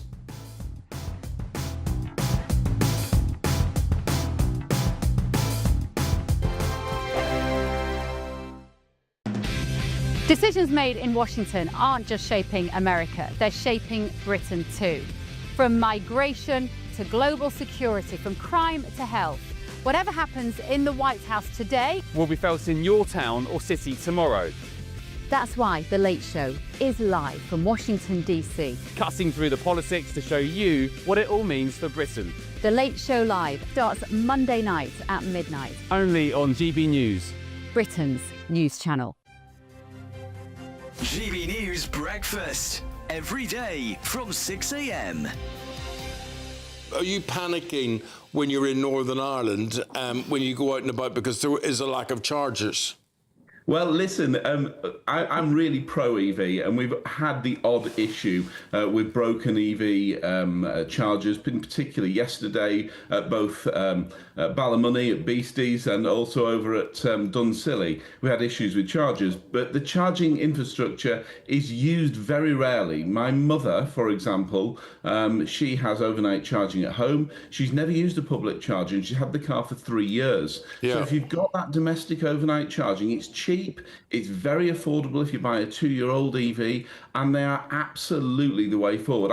I'm a Yorkshireman. I don't like parting with my brass. I want to get cheap motoring, and for less than a penny a mile and a car for less than 20 grand to start with, you know, it sounds a bit blasé saying £20,000, but relative to what these cars are new, they're incredible value for money. And we're seeing mass adoption. There's a garage in Richmond in North Yorkshire that sells more than half of the cars they sell are electric vehicles, and that's in a rural Dales area. So it's about having that domestic overnight charging and not having to rely on public infrastructure. Danny, where it doesn't convince me at all is, right, so I'm living in London and I want to go to see Manchester United, and I might get there, but am I going to get back down again? Or worse still, if I'm not on full charge, I'm going to miss kickoff because I'm going to have to rely on a public charger somewhere.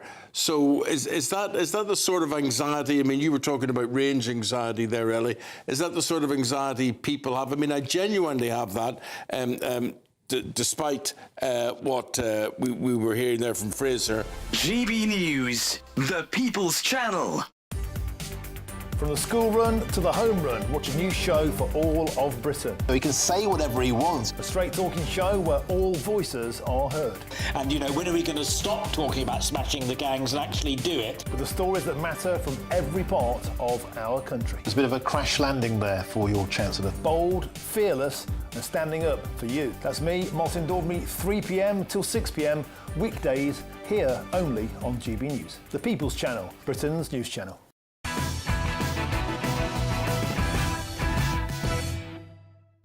Now it's time to bring you a familiar face as America gears up for Charlie Kirk's funeral in Arizona tomorrow. Our very own Ben Leo is stateside to bring us the very latest. Ben, I hear you have some breaking news to share with us as well. Ben, would you like to start with that, mate? Yes, good evening, Alex. Good evening, viewers. Hope you're well. Breaking in the last 40 minutes or so, Charlie Kirk's funeral is being held here in Arizona in Glendale tomorrow. Up to 100,000 people are expected to come, including the likes of President Trump, J.D. Vance. But breaking in the last 40 minutes or so, a man has been arrested outside the stadium where the memorial is taking place, holding a gun and a knife. He was trying to impersonate law enforcement and the Secret Service and the FBI are now trying to establish what his intentions were. So a man has been arrested. He's a 42-year-old. He was in possession of a gun and a knife, pretending to be law enforcement, trying to gain access to the 60,000-seater stadium here in Arizona, where the memorial will take place tomorrow. I have to say, it's a rather concerning development, because I've been speaking to law enforcement officials here in Arizona doing a legal migration piece on the border situation, and we were talking about the memorial tomorrow.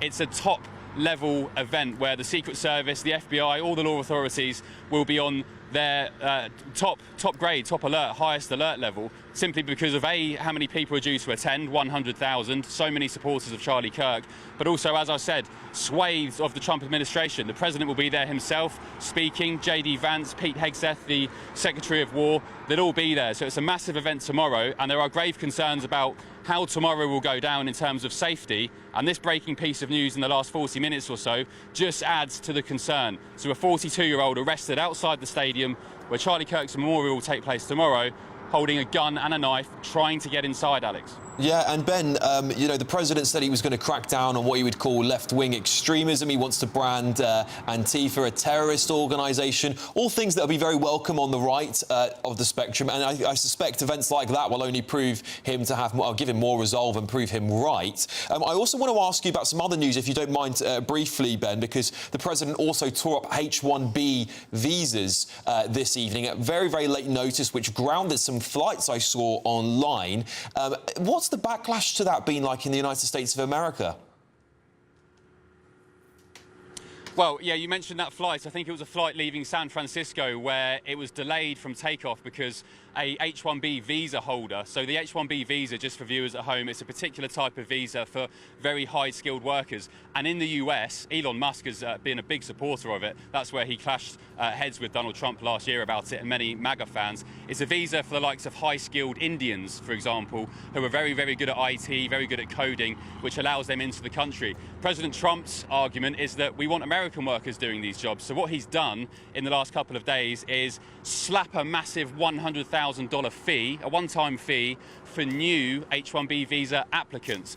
The flight in San Francisco was late taking off because there was an H-1B visa holder on board who was worried that if he left the country and tried to come back in, he'd have to cough up $100,000. Caroline Leavitt, the White House press secretary, has clarified the situation very helpfully in the last hour or so by saying that this new $100,000 fee, which was previously $1,000, will only apply to new applicants. So anybody outside the country at the moment who has an H-1B visa who's coming back, you're not going to be charged. If you're in the country with an H-1B visa, you're not going to be charged. It's only for brand new applicants of the H-1B visa. And as I said, Elon Musk, Donald Trump, clashing heads with this last year because Elon Musk, he absolutely loves H-1B visas. He likes the very high-skilled Indian IT workers coming over and working in all the huge tech companies here. But President Trump, his argument is that, no, we want American workers.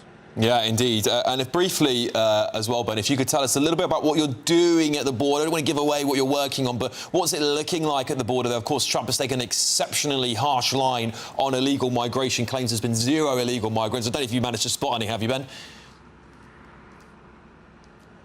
Well, no, I was speaking to law enforcement here. We're 2 hours from the border here, but we've been speaking to law enforcement officials just down the road who are leading us down one of the most prominent smuggling routes for illegal migrants under the Biden administration. 15 to 25 million illegal migrants came into the country under Joe Biden, depending on your metric. President Trump thinks it's 25 million.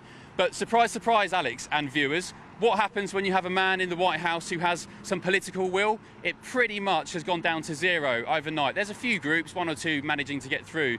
But compared to, say, let's be conservative, let's say 10 million. Compared to 10 million, he's stamped it out pretty much overnight. So we're here doing a piece for next week. Some will be shown on the very first episode of The Late Show Live, broadcast at midnight on Monday. But we're doing a longer piece, really, for online about how Trump has just absolutely obliterated illegal migration. And the big question is for me, you and the viewers back home in the UK, why can't we do the same? Is it just a case of political will? Why do we have all these silly policies, one in, one out, money to France? Just do it.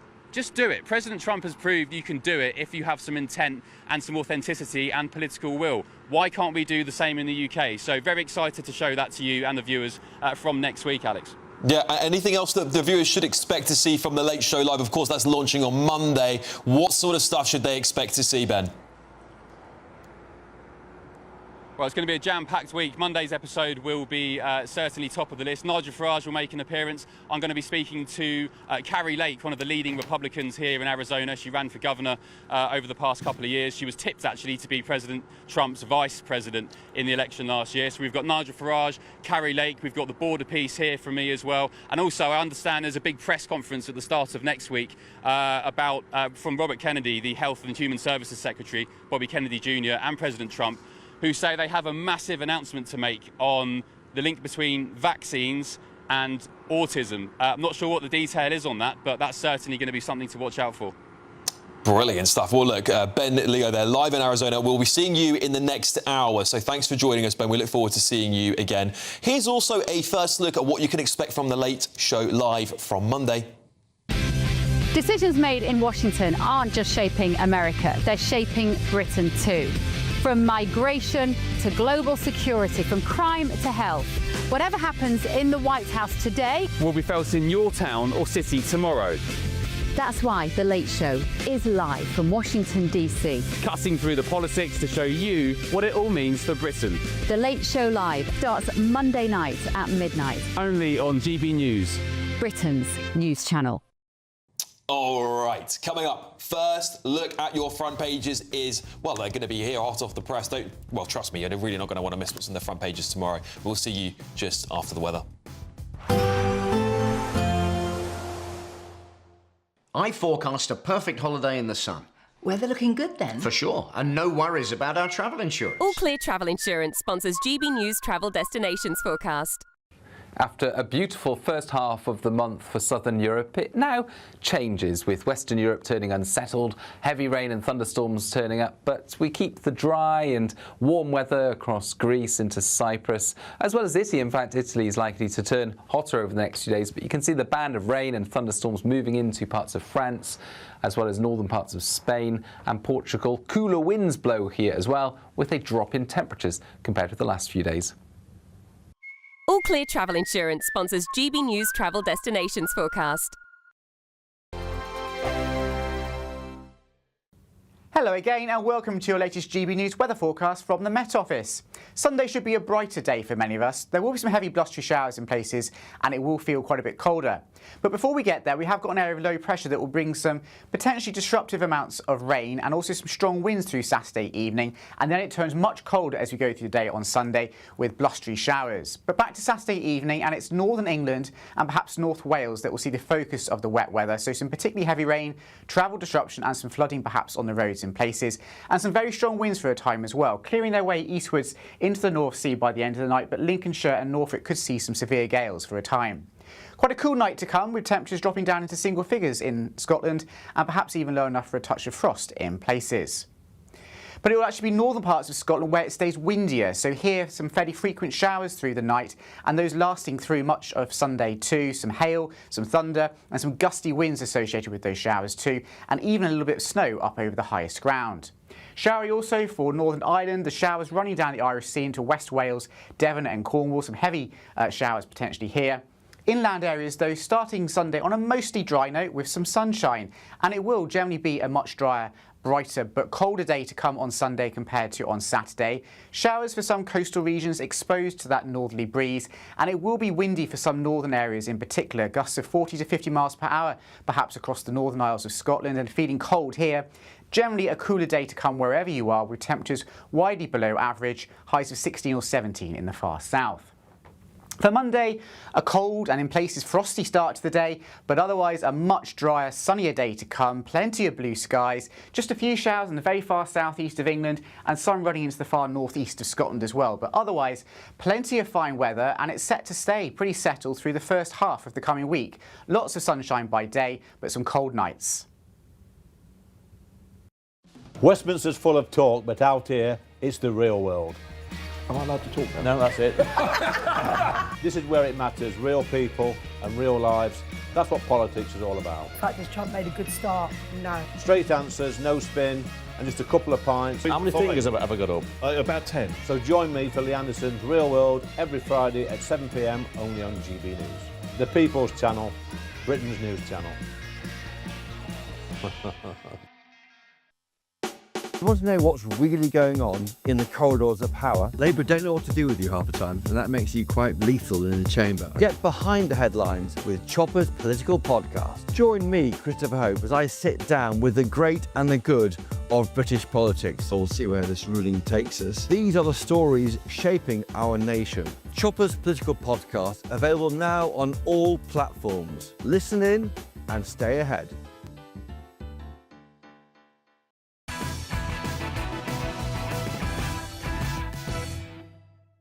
Welcome back to the show, everybody. Well, I've got your front pages here and some bombshell stuff in these front pages. Should we go through them together, shall we? Let's start with the Daily Mail. Fergie's Epstein lies exposed in bombshell email. She publicly apologised for taking abuser's cash and vowed to cut ties with him, then weeks later told him, I only did it to save book deals. That is the front page of the Mail. Let's see if that's replicated anywhere else, shall we? The Observer. They're leading with a picture of, I think that's obviously Gaza, Palestine there, and this is the actual state of Palestine. There we go. The Sunday Express. Kemi pledges blitz on benefits, but the triple lock is safe with the Tories, she says. OK. The Sunday Telegraph. Starmer appeases Trump with Hamas sanctions. Interesting. Maybe it's a little bit of a concession there. The Sunday Times. PM recognising Palestinian state is a moral duty. And The Sun. Here we go. They are in as well. Exclusive email shock, they say here. Fergie in apology to pedo Epstein. That is the front page of The Sun. And we'll bring you that front page shortly when we can get it.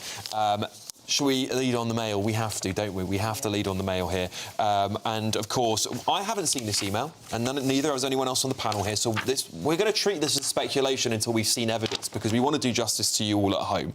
But the Mail are alleging, Linda, that there has been more emails. This is obviously going to embroil Prince Andrew's ex-wife, of course, as well, Sarah Ferguson. And more Epstein. More Epstein scandal. But I do not believe that the Mail on Sunday will have put a bombshell email in the headline if they do not have them or have not seen them. I think that email exists, and I think that's copper-bottomed, that story. But I'd still say, you know, we need to be careful legally. But it doesn't look good. Now, I'm just going to say what supposedly might have been in this message from the... I'm looking at the front page of the Mail. It's a little bit blurry, so forgive me if you see my head down a little bit here. But supposedly, the Duchess humbly apologised to convicted sex offender Epstein for letting him down and said she was told to speak out if she wanted to save her career as a children's book writer, Peter. Which would make sense if you are a child book writer, of course. You wouldn't want to be associated with this prolific paedophile, would you? Only if you completely lacked integrity would you do such a thing. Don't some rich and powerful and famous people behave utterly appallingly? And yet they rock up on our TV screens telling us how we should live our lives, do this, do that, do the other. Meanwhile, they're nothing short of vermin. Paul, what do you make of it all? Well, I mean, this is something that's going to keep on rumbling on, isn't it? Because there's obviously a huge amount of material still coming out. Now, the Donald Trump defence is to just say it's all fake, so maybe she'll say this too, I don't know. But I think Linda's absolutely right, the voice of experience there. There'll be something, you know, absolutely tangible here. She's going to have to justify. Unlike Peter Mandelson, though, who can be sacked or resigned or whatever, we can't sack the Duchess of York, can we? No. Well, you know, she's just there in our public life. But I'm assuming, you know, King Charles could sack her, which... sack her as what, though? Sack her from what? Sack her from royal duties, because she still does perform some royal duties, as I understand. Yeah, I think she's still been going around as an ambassador, so to speak. You can strip her of her title. And maybe the money, too. So if she's getting any money from the state, maybe that's the point where you cut off that lifeline. Yeah, absolutely. This sort of stuff... it shocks me, but sadly, Peter, it doesn't surprise me anymore. And I know that sounds really cynical, but it seems to me everyone who had a penny in the top elite of the world, the 1%, had some weird connection with Jeffrey Epstein. And of course, you know, we allegedly saw Stephen Hawking with Jeffrey Epstein. Isn't it? I mean, who hasn't been seen with this man? And what I find even more bizarre, if this is true, because it's all alleged, of course, if this is true, is that why was it that Mandelson bootlicked, allegedly, Jeffrey Epstein? Why is it that Ferguson bootlicked Jeffrey Epstein after Money. disavowing him. Is it money? Is it power? Is this man got more going on than meets the eye? I have to make it clear, in my defence, I only went to one party. OK? Right? Of course I didn't. Someone's going to clip that. Someone's going to clip that. Yeah. These people, they just behave so appallingly in their greed, their necessity for more money. I've got to get me grubby mitts on more money. It's their driver. And didn't Shakespeare write that the love of money is the root of all evil? Well, there you go. It's in the Bible, actually. Very evil face. It was on God the front page of the Mail. I just want to make clear, because I did misspeak, she is working in a private capacity. You're absolutely correct. She's not working as part of the royal household any longer, but she still does have that Duchess title, which can... I mean, I think there are two things here. You know, she is... I've met her, and she is... she's on the face of it a very charming woman, but she is extremely naive, and she is very, very bad at handling money. So she will always go to someone who she thinks can bail her out, and that's the truth. But I think that's the problem. There must be more to this, though, because there's something about Epstein, you know, who I can tell you I've never met, but there must be some sort of allure or charisma or sort of mesmerist kind of quality to him. From Epstein? Because so many people have flocked to him. It's not just any old rich person. There must be something more to it. I'm really a tinfoil hat conspiracy theorist on many things, but on this I'm starting to think that he had more on these people for whatever went on at these so-called parties. Oh, I think that is true. Yeah, was there blackmail? People worried about being blackmailed with some footage or, you know, things that went happen at these in the parties? upper echelons of some corporate entities, there's a little bit of blackmail going on there. Are you joking that there's no blackmail going on here?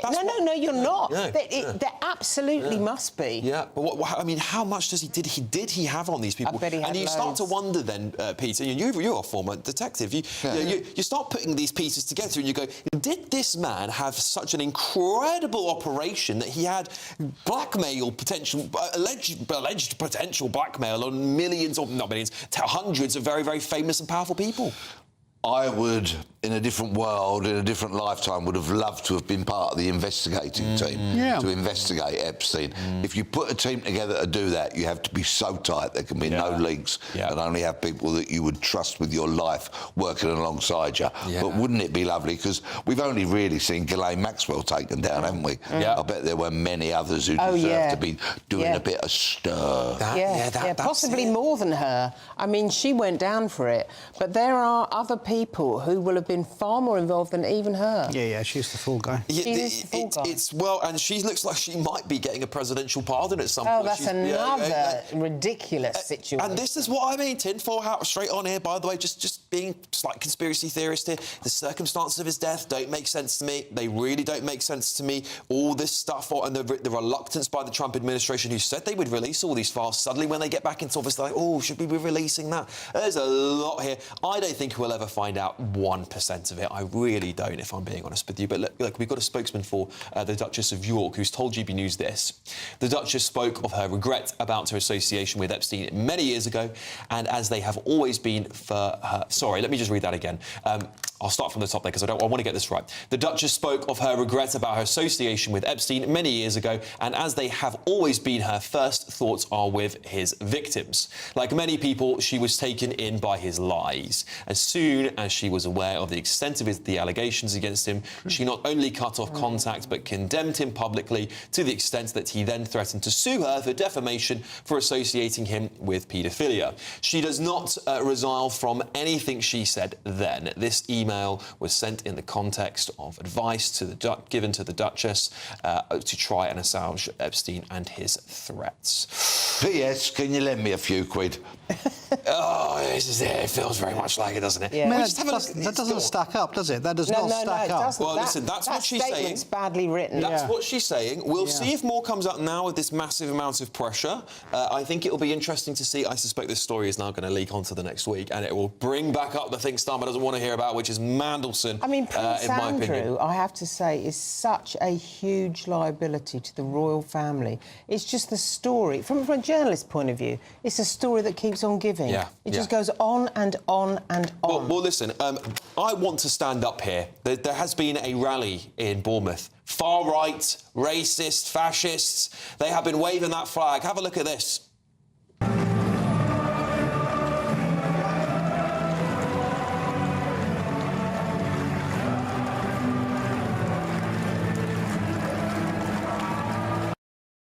Yeah, that's Liberal Democrat Party conference, eh? Who would have thought that? Apparently they're trying to reclaim the flag by being as far-right fascist as we saw those people for the last march that they said was horrendous, Peter. Yeah, I expect Starmer to come out tomorrow and condemn them all as being far-right. If he doesn't, it will be yet another example of two-tier Keir. And don't forget, Keir's cargo keeps flooding in. I think it's astonishing, actually, that a party that's got 70-plus MPs, how many can we even name between us, probably not even half a dozen, have made no impact on our politics, our conversation, our legislation for a year. What was the point of them? When you think of Reform now having 5 MPs, even the Green Party with the new guy, Zach Polanski, they've got 5 and they've made some sort of impact. But the Lib Dems... Nowhere. I mean, they've got 72 MPs. What was he doing today again? He was doing a marching band. I mean, I said this online because when I moved, my parents moved out of London when I was about 16 to the New Forest, so we used to go to Bournemouth quite a lot, and there used to be a circus in town there every year. I said, well, that got cancelled, but I'm glad to see Liberal Democrat conference is still going strong to keep the people of Bournemouth entertained, because that man is just marching around with his band. Just do something serious. You could be the kingmaker in the next election, Ed Davey. You could be leader of the opposition in the worst case scenario, in my opinion. But of course, I'm sure the Liberal Democrats would say they are patriots and that actually they're trying to reclaim the flag. I mean, they would say they are optimistic that they will get beyond 72 seats in the next general election. You can see how that can happen. But let's just remember about how many people in 2010 voted Clegg and got Cameron. Yeah, that's absolutely right. Well, coming up, we'll bring you more front pages hot off the press. But next.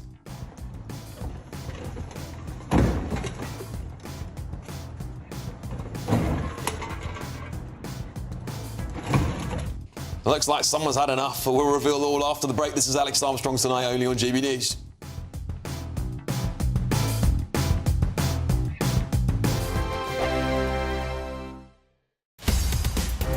In the GB Newsroom, we bring you the news as it happens. With our team of dedicated journalists across the UK, we're ready to keep you up to date with what's happening every half an hour, every single day.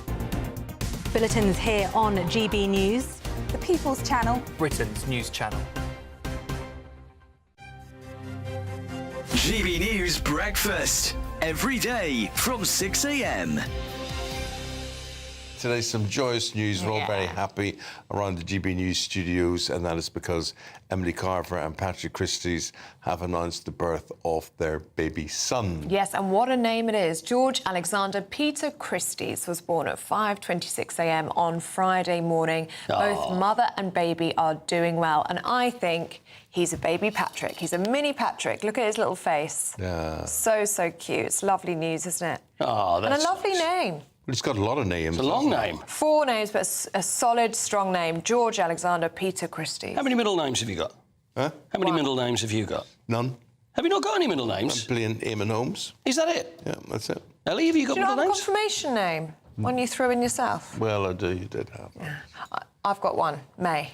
Oh, have you? What? M-A-E. May. Oh, right. That's different. I had an Aunt May. Yeah. It's an Irish name, isn't it? Yeah. What about you? What have you got? Michael. Very nice. Paul very Michael, strong. which I was very excited about because it's like Paul Michael Glaser and Starsky and Hutch. So I used to run around thinking, it's not bad, is it? It's not bad. Yeah. Matter of fact, my youngest son, Patrick and Emily's child is Alexander is his second name, and my son has this name Alexander. Well, it was supposed to be his main name, but then my wife on her birthbed realised, she said, "You wouldn't be calling this child after some football manager, would you?" She clocked on. And I so she wouldn't allow Alexander to be his main You were name. rumbled. Was it named after a certain football manager? It was indeed. Okay, right. Yeah. Amazing. That's funny. Didn't get anywhere with that, but there we go. Nice try, though. Maybe you could get a boy dog. GB News, the People's Channel. Westminster, the ultimate clique. And you're fighting like rats in a sack. But here on the Camilla Tominey Show, we ask the questions the establishment media is too scared to ask. OK, let me ask you a straight question, because I know you're a straight-talking politician. Whether it's net zero, illegal immigration or law and order, nothing is off-limits. You had the power then. Yeah, as and now you've lost it. That's the Camilla Tominey Show, a politics show that's fearless. No, let me finish my question if you don't mind, because it is my show. Sundays at 9:30, only on GB News, the People's Channel, Britain's news channel.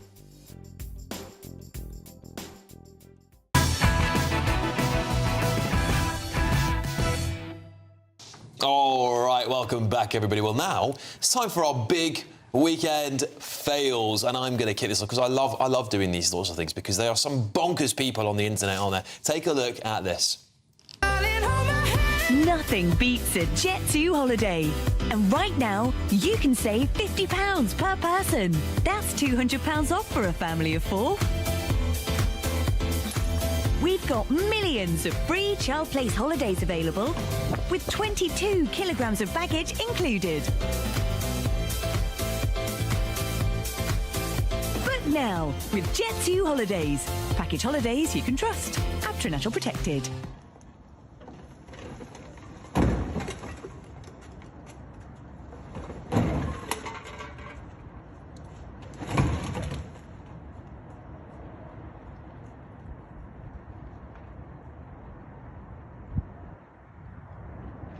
And he's off. Well, listen, I don't know the full context of it, but I can assure this is in Birmingham, right? And we all know what's going on there. That bin strike is still going on. We think it's going to go past, potentially up to Christmas, maybe past it.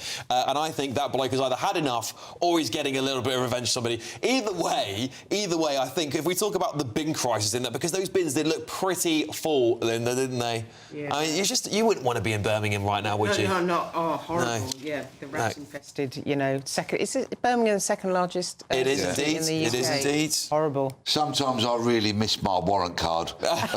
Obstructing the highway is a criminal offence that carries a power of arrest. You've got 5 minutes to clean that up, mate, or you're getting in the back of the van and mind your head. I don't think he thought he'd get caught on camera, though, did he, by the looks of things, and the little run-off afterwards. I mean, obviously, these sorts of acts of things are disgraceful things to do, Paul. But people are end up saying to themselves, I see people who are actually from Birmingham online going, I've had enough. It stinks down their road every day of the week, and there's no politicians talking about it. The Labour Party seems to have completely forgotten them in Birmingham. Well, I don't think they have. I think they want to fix it as fast as they can. But, I mean, there's a lot of intransigence on both sides, I would say. It does need sorting, though, because I remember when the Greens ran Brighton, it looked like that on the streets. It was pretty horrible. Absolutely. And it's not nice for people. Yeah, well, unions will have more power, St. Peter. What's a revolting thing to do? It is disgusting. What's an and then to run off. And then to run as well at the end as well, even more cowardice. Yeah. Oh, Peter, you've got a fail for us. What have you got, mate? Yes. Well, I hope we have a clip to support my fail. We do. Today I'm speaking about ABC, the American Broadcasting Corporation, and their ultimate owners, Disney, and the cancelling of Jimmy Kimmel over something that he said relating to the appalling assassination of Charlie Kirk. Should we have a look? Yes, please. We hit some new lows over the weekend with the MAGA gang desperately trying to characterize this kid who murdered Charlie Kirk as anything other than one of them and doing everything they can to score political points from it. Oh, I mean, this is the thing, isn't it? Misinformation, dangerous misinformation in my thoughts there, Peter. What do you think? Yes, but don't cancel him because of it, right? Totally agree. Let him, have his show tumble down the ratings to the point where you can justify in saying, it's over, pal. But if you believe in free speech, then you have to accept that people are going to say things that you vehemently disagree with. That's the whole point. I think we should let people fall on this, but I think it would be more interesting to watch him do a grovelling apology live on air. I think that's what they should have forced him to do, Peter. That's my opinion. Let's go to our next fail, shall we? Who we got next? Linda? Oh, yes. What you got for us? This is a clip from the press conference this week with President Trump and Keir Starmer on his Christian heritage. Let's have a look. Having been in DC for a few weeks, it's really interesting to see how you run the country as a proud Christian leader. And it really begs the question to the Prime Minister, if you don't mind, are we still a Christian country? I was christened, so that is my church has been all my life, and we are, that is wired into our informal constitution. Of course, we celebrate many other faiths as well, and I'm really proud that we're able to do so as a country. It's so irritating when he actually, I mean, it's insulting on two levels. He says, I was baptised a Christian. Now, that is a feeble attempt to try and get back on side. It's transparently obvious to everyone that is a ridiculous situation. But I'm particularly interested in the fact that, do we call ourselves a Christian country or do we not? There's no point in him pretending that he's got some kind of Christian heritage. That doesn't matter. He doesn't practice that faith. Game over. Seems a bit pandery, very briefly, Peter. Of course. The last census showed that we are no longer a majority Christian country. Yeah, that's what the numbers said. Yeah. Paul, what have we got for us very briefly, if you don't mind? We should just have a quick look at the clip, shall we? Yeah, actually? do. Let's have a look. We haven't got a clip. Come on, I am the clip. You are the clip. So, Zara Sultana, Jeremy Corbyn started a new party after it was supposed to be the future of the left. They've fallen out, they're suing each other, it's descended into shambles. £1 million has been donated by people who thought they were joining a party. Where's the money gone? The whole thing, absolute fiasco. An absolute shambles, isn't it? It really is. Peter, your brief thoughts on your party. Not your party, I guess. Yeah, most definitely not mine. I bet Paul's got both their phone numbers. Come on. Come on. It is popcorn, though, honestly. If you like watching lefties falling out with each other, this is it. Well, listen, we're going to talk about that story very, very shortly, actually. We've got a whole boatload of news to bring you on our late edition. Trust me, and some more headlines as well. It's going to be a brilliant, brilliant late edition tonight, trust me. First, your weather.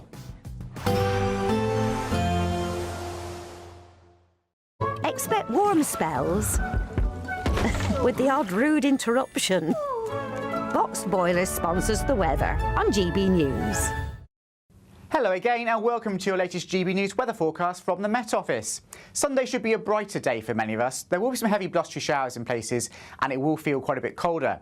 But before we get there, we have got an area of low pressure that will bring some potentially disruptive amounts of rain and also some strong winds through Saturday evening, and then it turns much colder as we go through the day on Sunday with blustery showers. But back to Saturday evening, and it's northern England and perhaps North Wales that will see the focus of the wet weather, so some particularly heavy rain, travel disruption and some flooding perhaps on the roads in places, and some very strong winds for a time as well, clearing their way eastwards into the North Sea by the end of the night, but Lincolnshire and Norfolk could see some severe gales for a time. Quite a cool night to come, with temperatures dropping down into single figures in Scotland and perhaps even low enough for a touch of frost in places. But it will actually be northern parts of Scotland where it stays windier, so here some fairly frequent showers through the night and those lasting through much of Sunday too. Some hail, some thunder and some gusty winds associated with those showers too, and even a little bit of snow up over the highest ground. Showery also for Northern Ireland, the showers running down the Irish Sea into West Wales, Devon and Cornwall, some heavy showers potentially here. Inland areas, though, starting Sunday on a mostly dry note with some sunshine, and it will generally be a much drier, brighter but colder day to come on Sunday compared to on Saturday. Showers for some coastal regions exposed to that northerly breeze, and it will be windy for some northern areas in particular, gusts of 40 to 50 miles per hour perhaps across the Northern Isles of Scotland, and feeling cold here. Generally a cooler day to come wherever you are, with temperatures widely below average, highs of 16 or 17 in the far south. For Monday, a cold and in places frosty start to the day, but otherwise a much drier, sunnier day to come. Plenty of blue skies, just a few showers in the very far southeast of England and some running into the far northeast of Scotland as well. But otherwise, plenty of fine weather, and it's set to stay pretty settled through the first half of the coming week. Lots of sunshine by day, but some cold nights. Expect warm spells with the odd rude interruption. Box Boilers sponsors the weather on GB News. You could bank an incredible £30,000 in tax-free cash to spend however you like. And if that wasn't enough, you'll also get to drive away in this brand new motorhome. This brand new 2025 Benamar Primero could be yours. It comes with all the mod cons you'd expect from a vehicle worth over £74,000 and comfortably sleeps 4 people. This prize package is worth over £104,000. For another chance to win, text WIN to 63225. One entry costs £2.50 plus one standard network rate message, or text text BONUS to 63225. 5 entries cost £5 plus 1 standard network rate message. Go to gbnews.com/win. Entries start at £2.50. Call 0903 686 3232. Calls cost £2.50 plus your network access charge. Or post your name and number to GB16 PO Box 8690 Derby DE1 9TT. UK only. Entrance must be 18 or over. Lines close at 4 p.m. on the 31st of October. Please check the closing time if listening or watching on demand. From the school run to the home run, watch a new show for all of Britain. He can say whatever he wants. A straight talking show where all voices are heard. And, you know, when are we going to stop talking about smashing the gangs and actually do it? With the stories that matter from every part of our country. There's a bit of a crash landing there for your Chancellor. Bold, fearless and standing up for you. That's me, Martin Daubney, 3 p.m. till 6 p.m. weekdays here only on GB News. The People's Channel, Britain's news channel. In the GB newsroom, we bring you the news as it happens. With our team of dedicated journalists across the UK. We're ready to keep you up to date with what's happening every half an hour, every single day. Bulletins here on GB News. The People's Channel. Britain's news channel. Exciting news. Every Friday, my Patrick Christie's Tonight Show is going to have a twist to it. We're welcoming some special guests. You. That's right, on Fridays I'm going to be doing my show in front of a live studio audience because this show is about you and what you have to say. It's going to be the same big debates, same big topics, same big opinions, but every Friday night at 9 p.m. you are invited to come on down to Patrick Christie's Tonight to be a part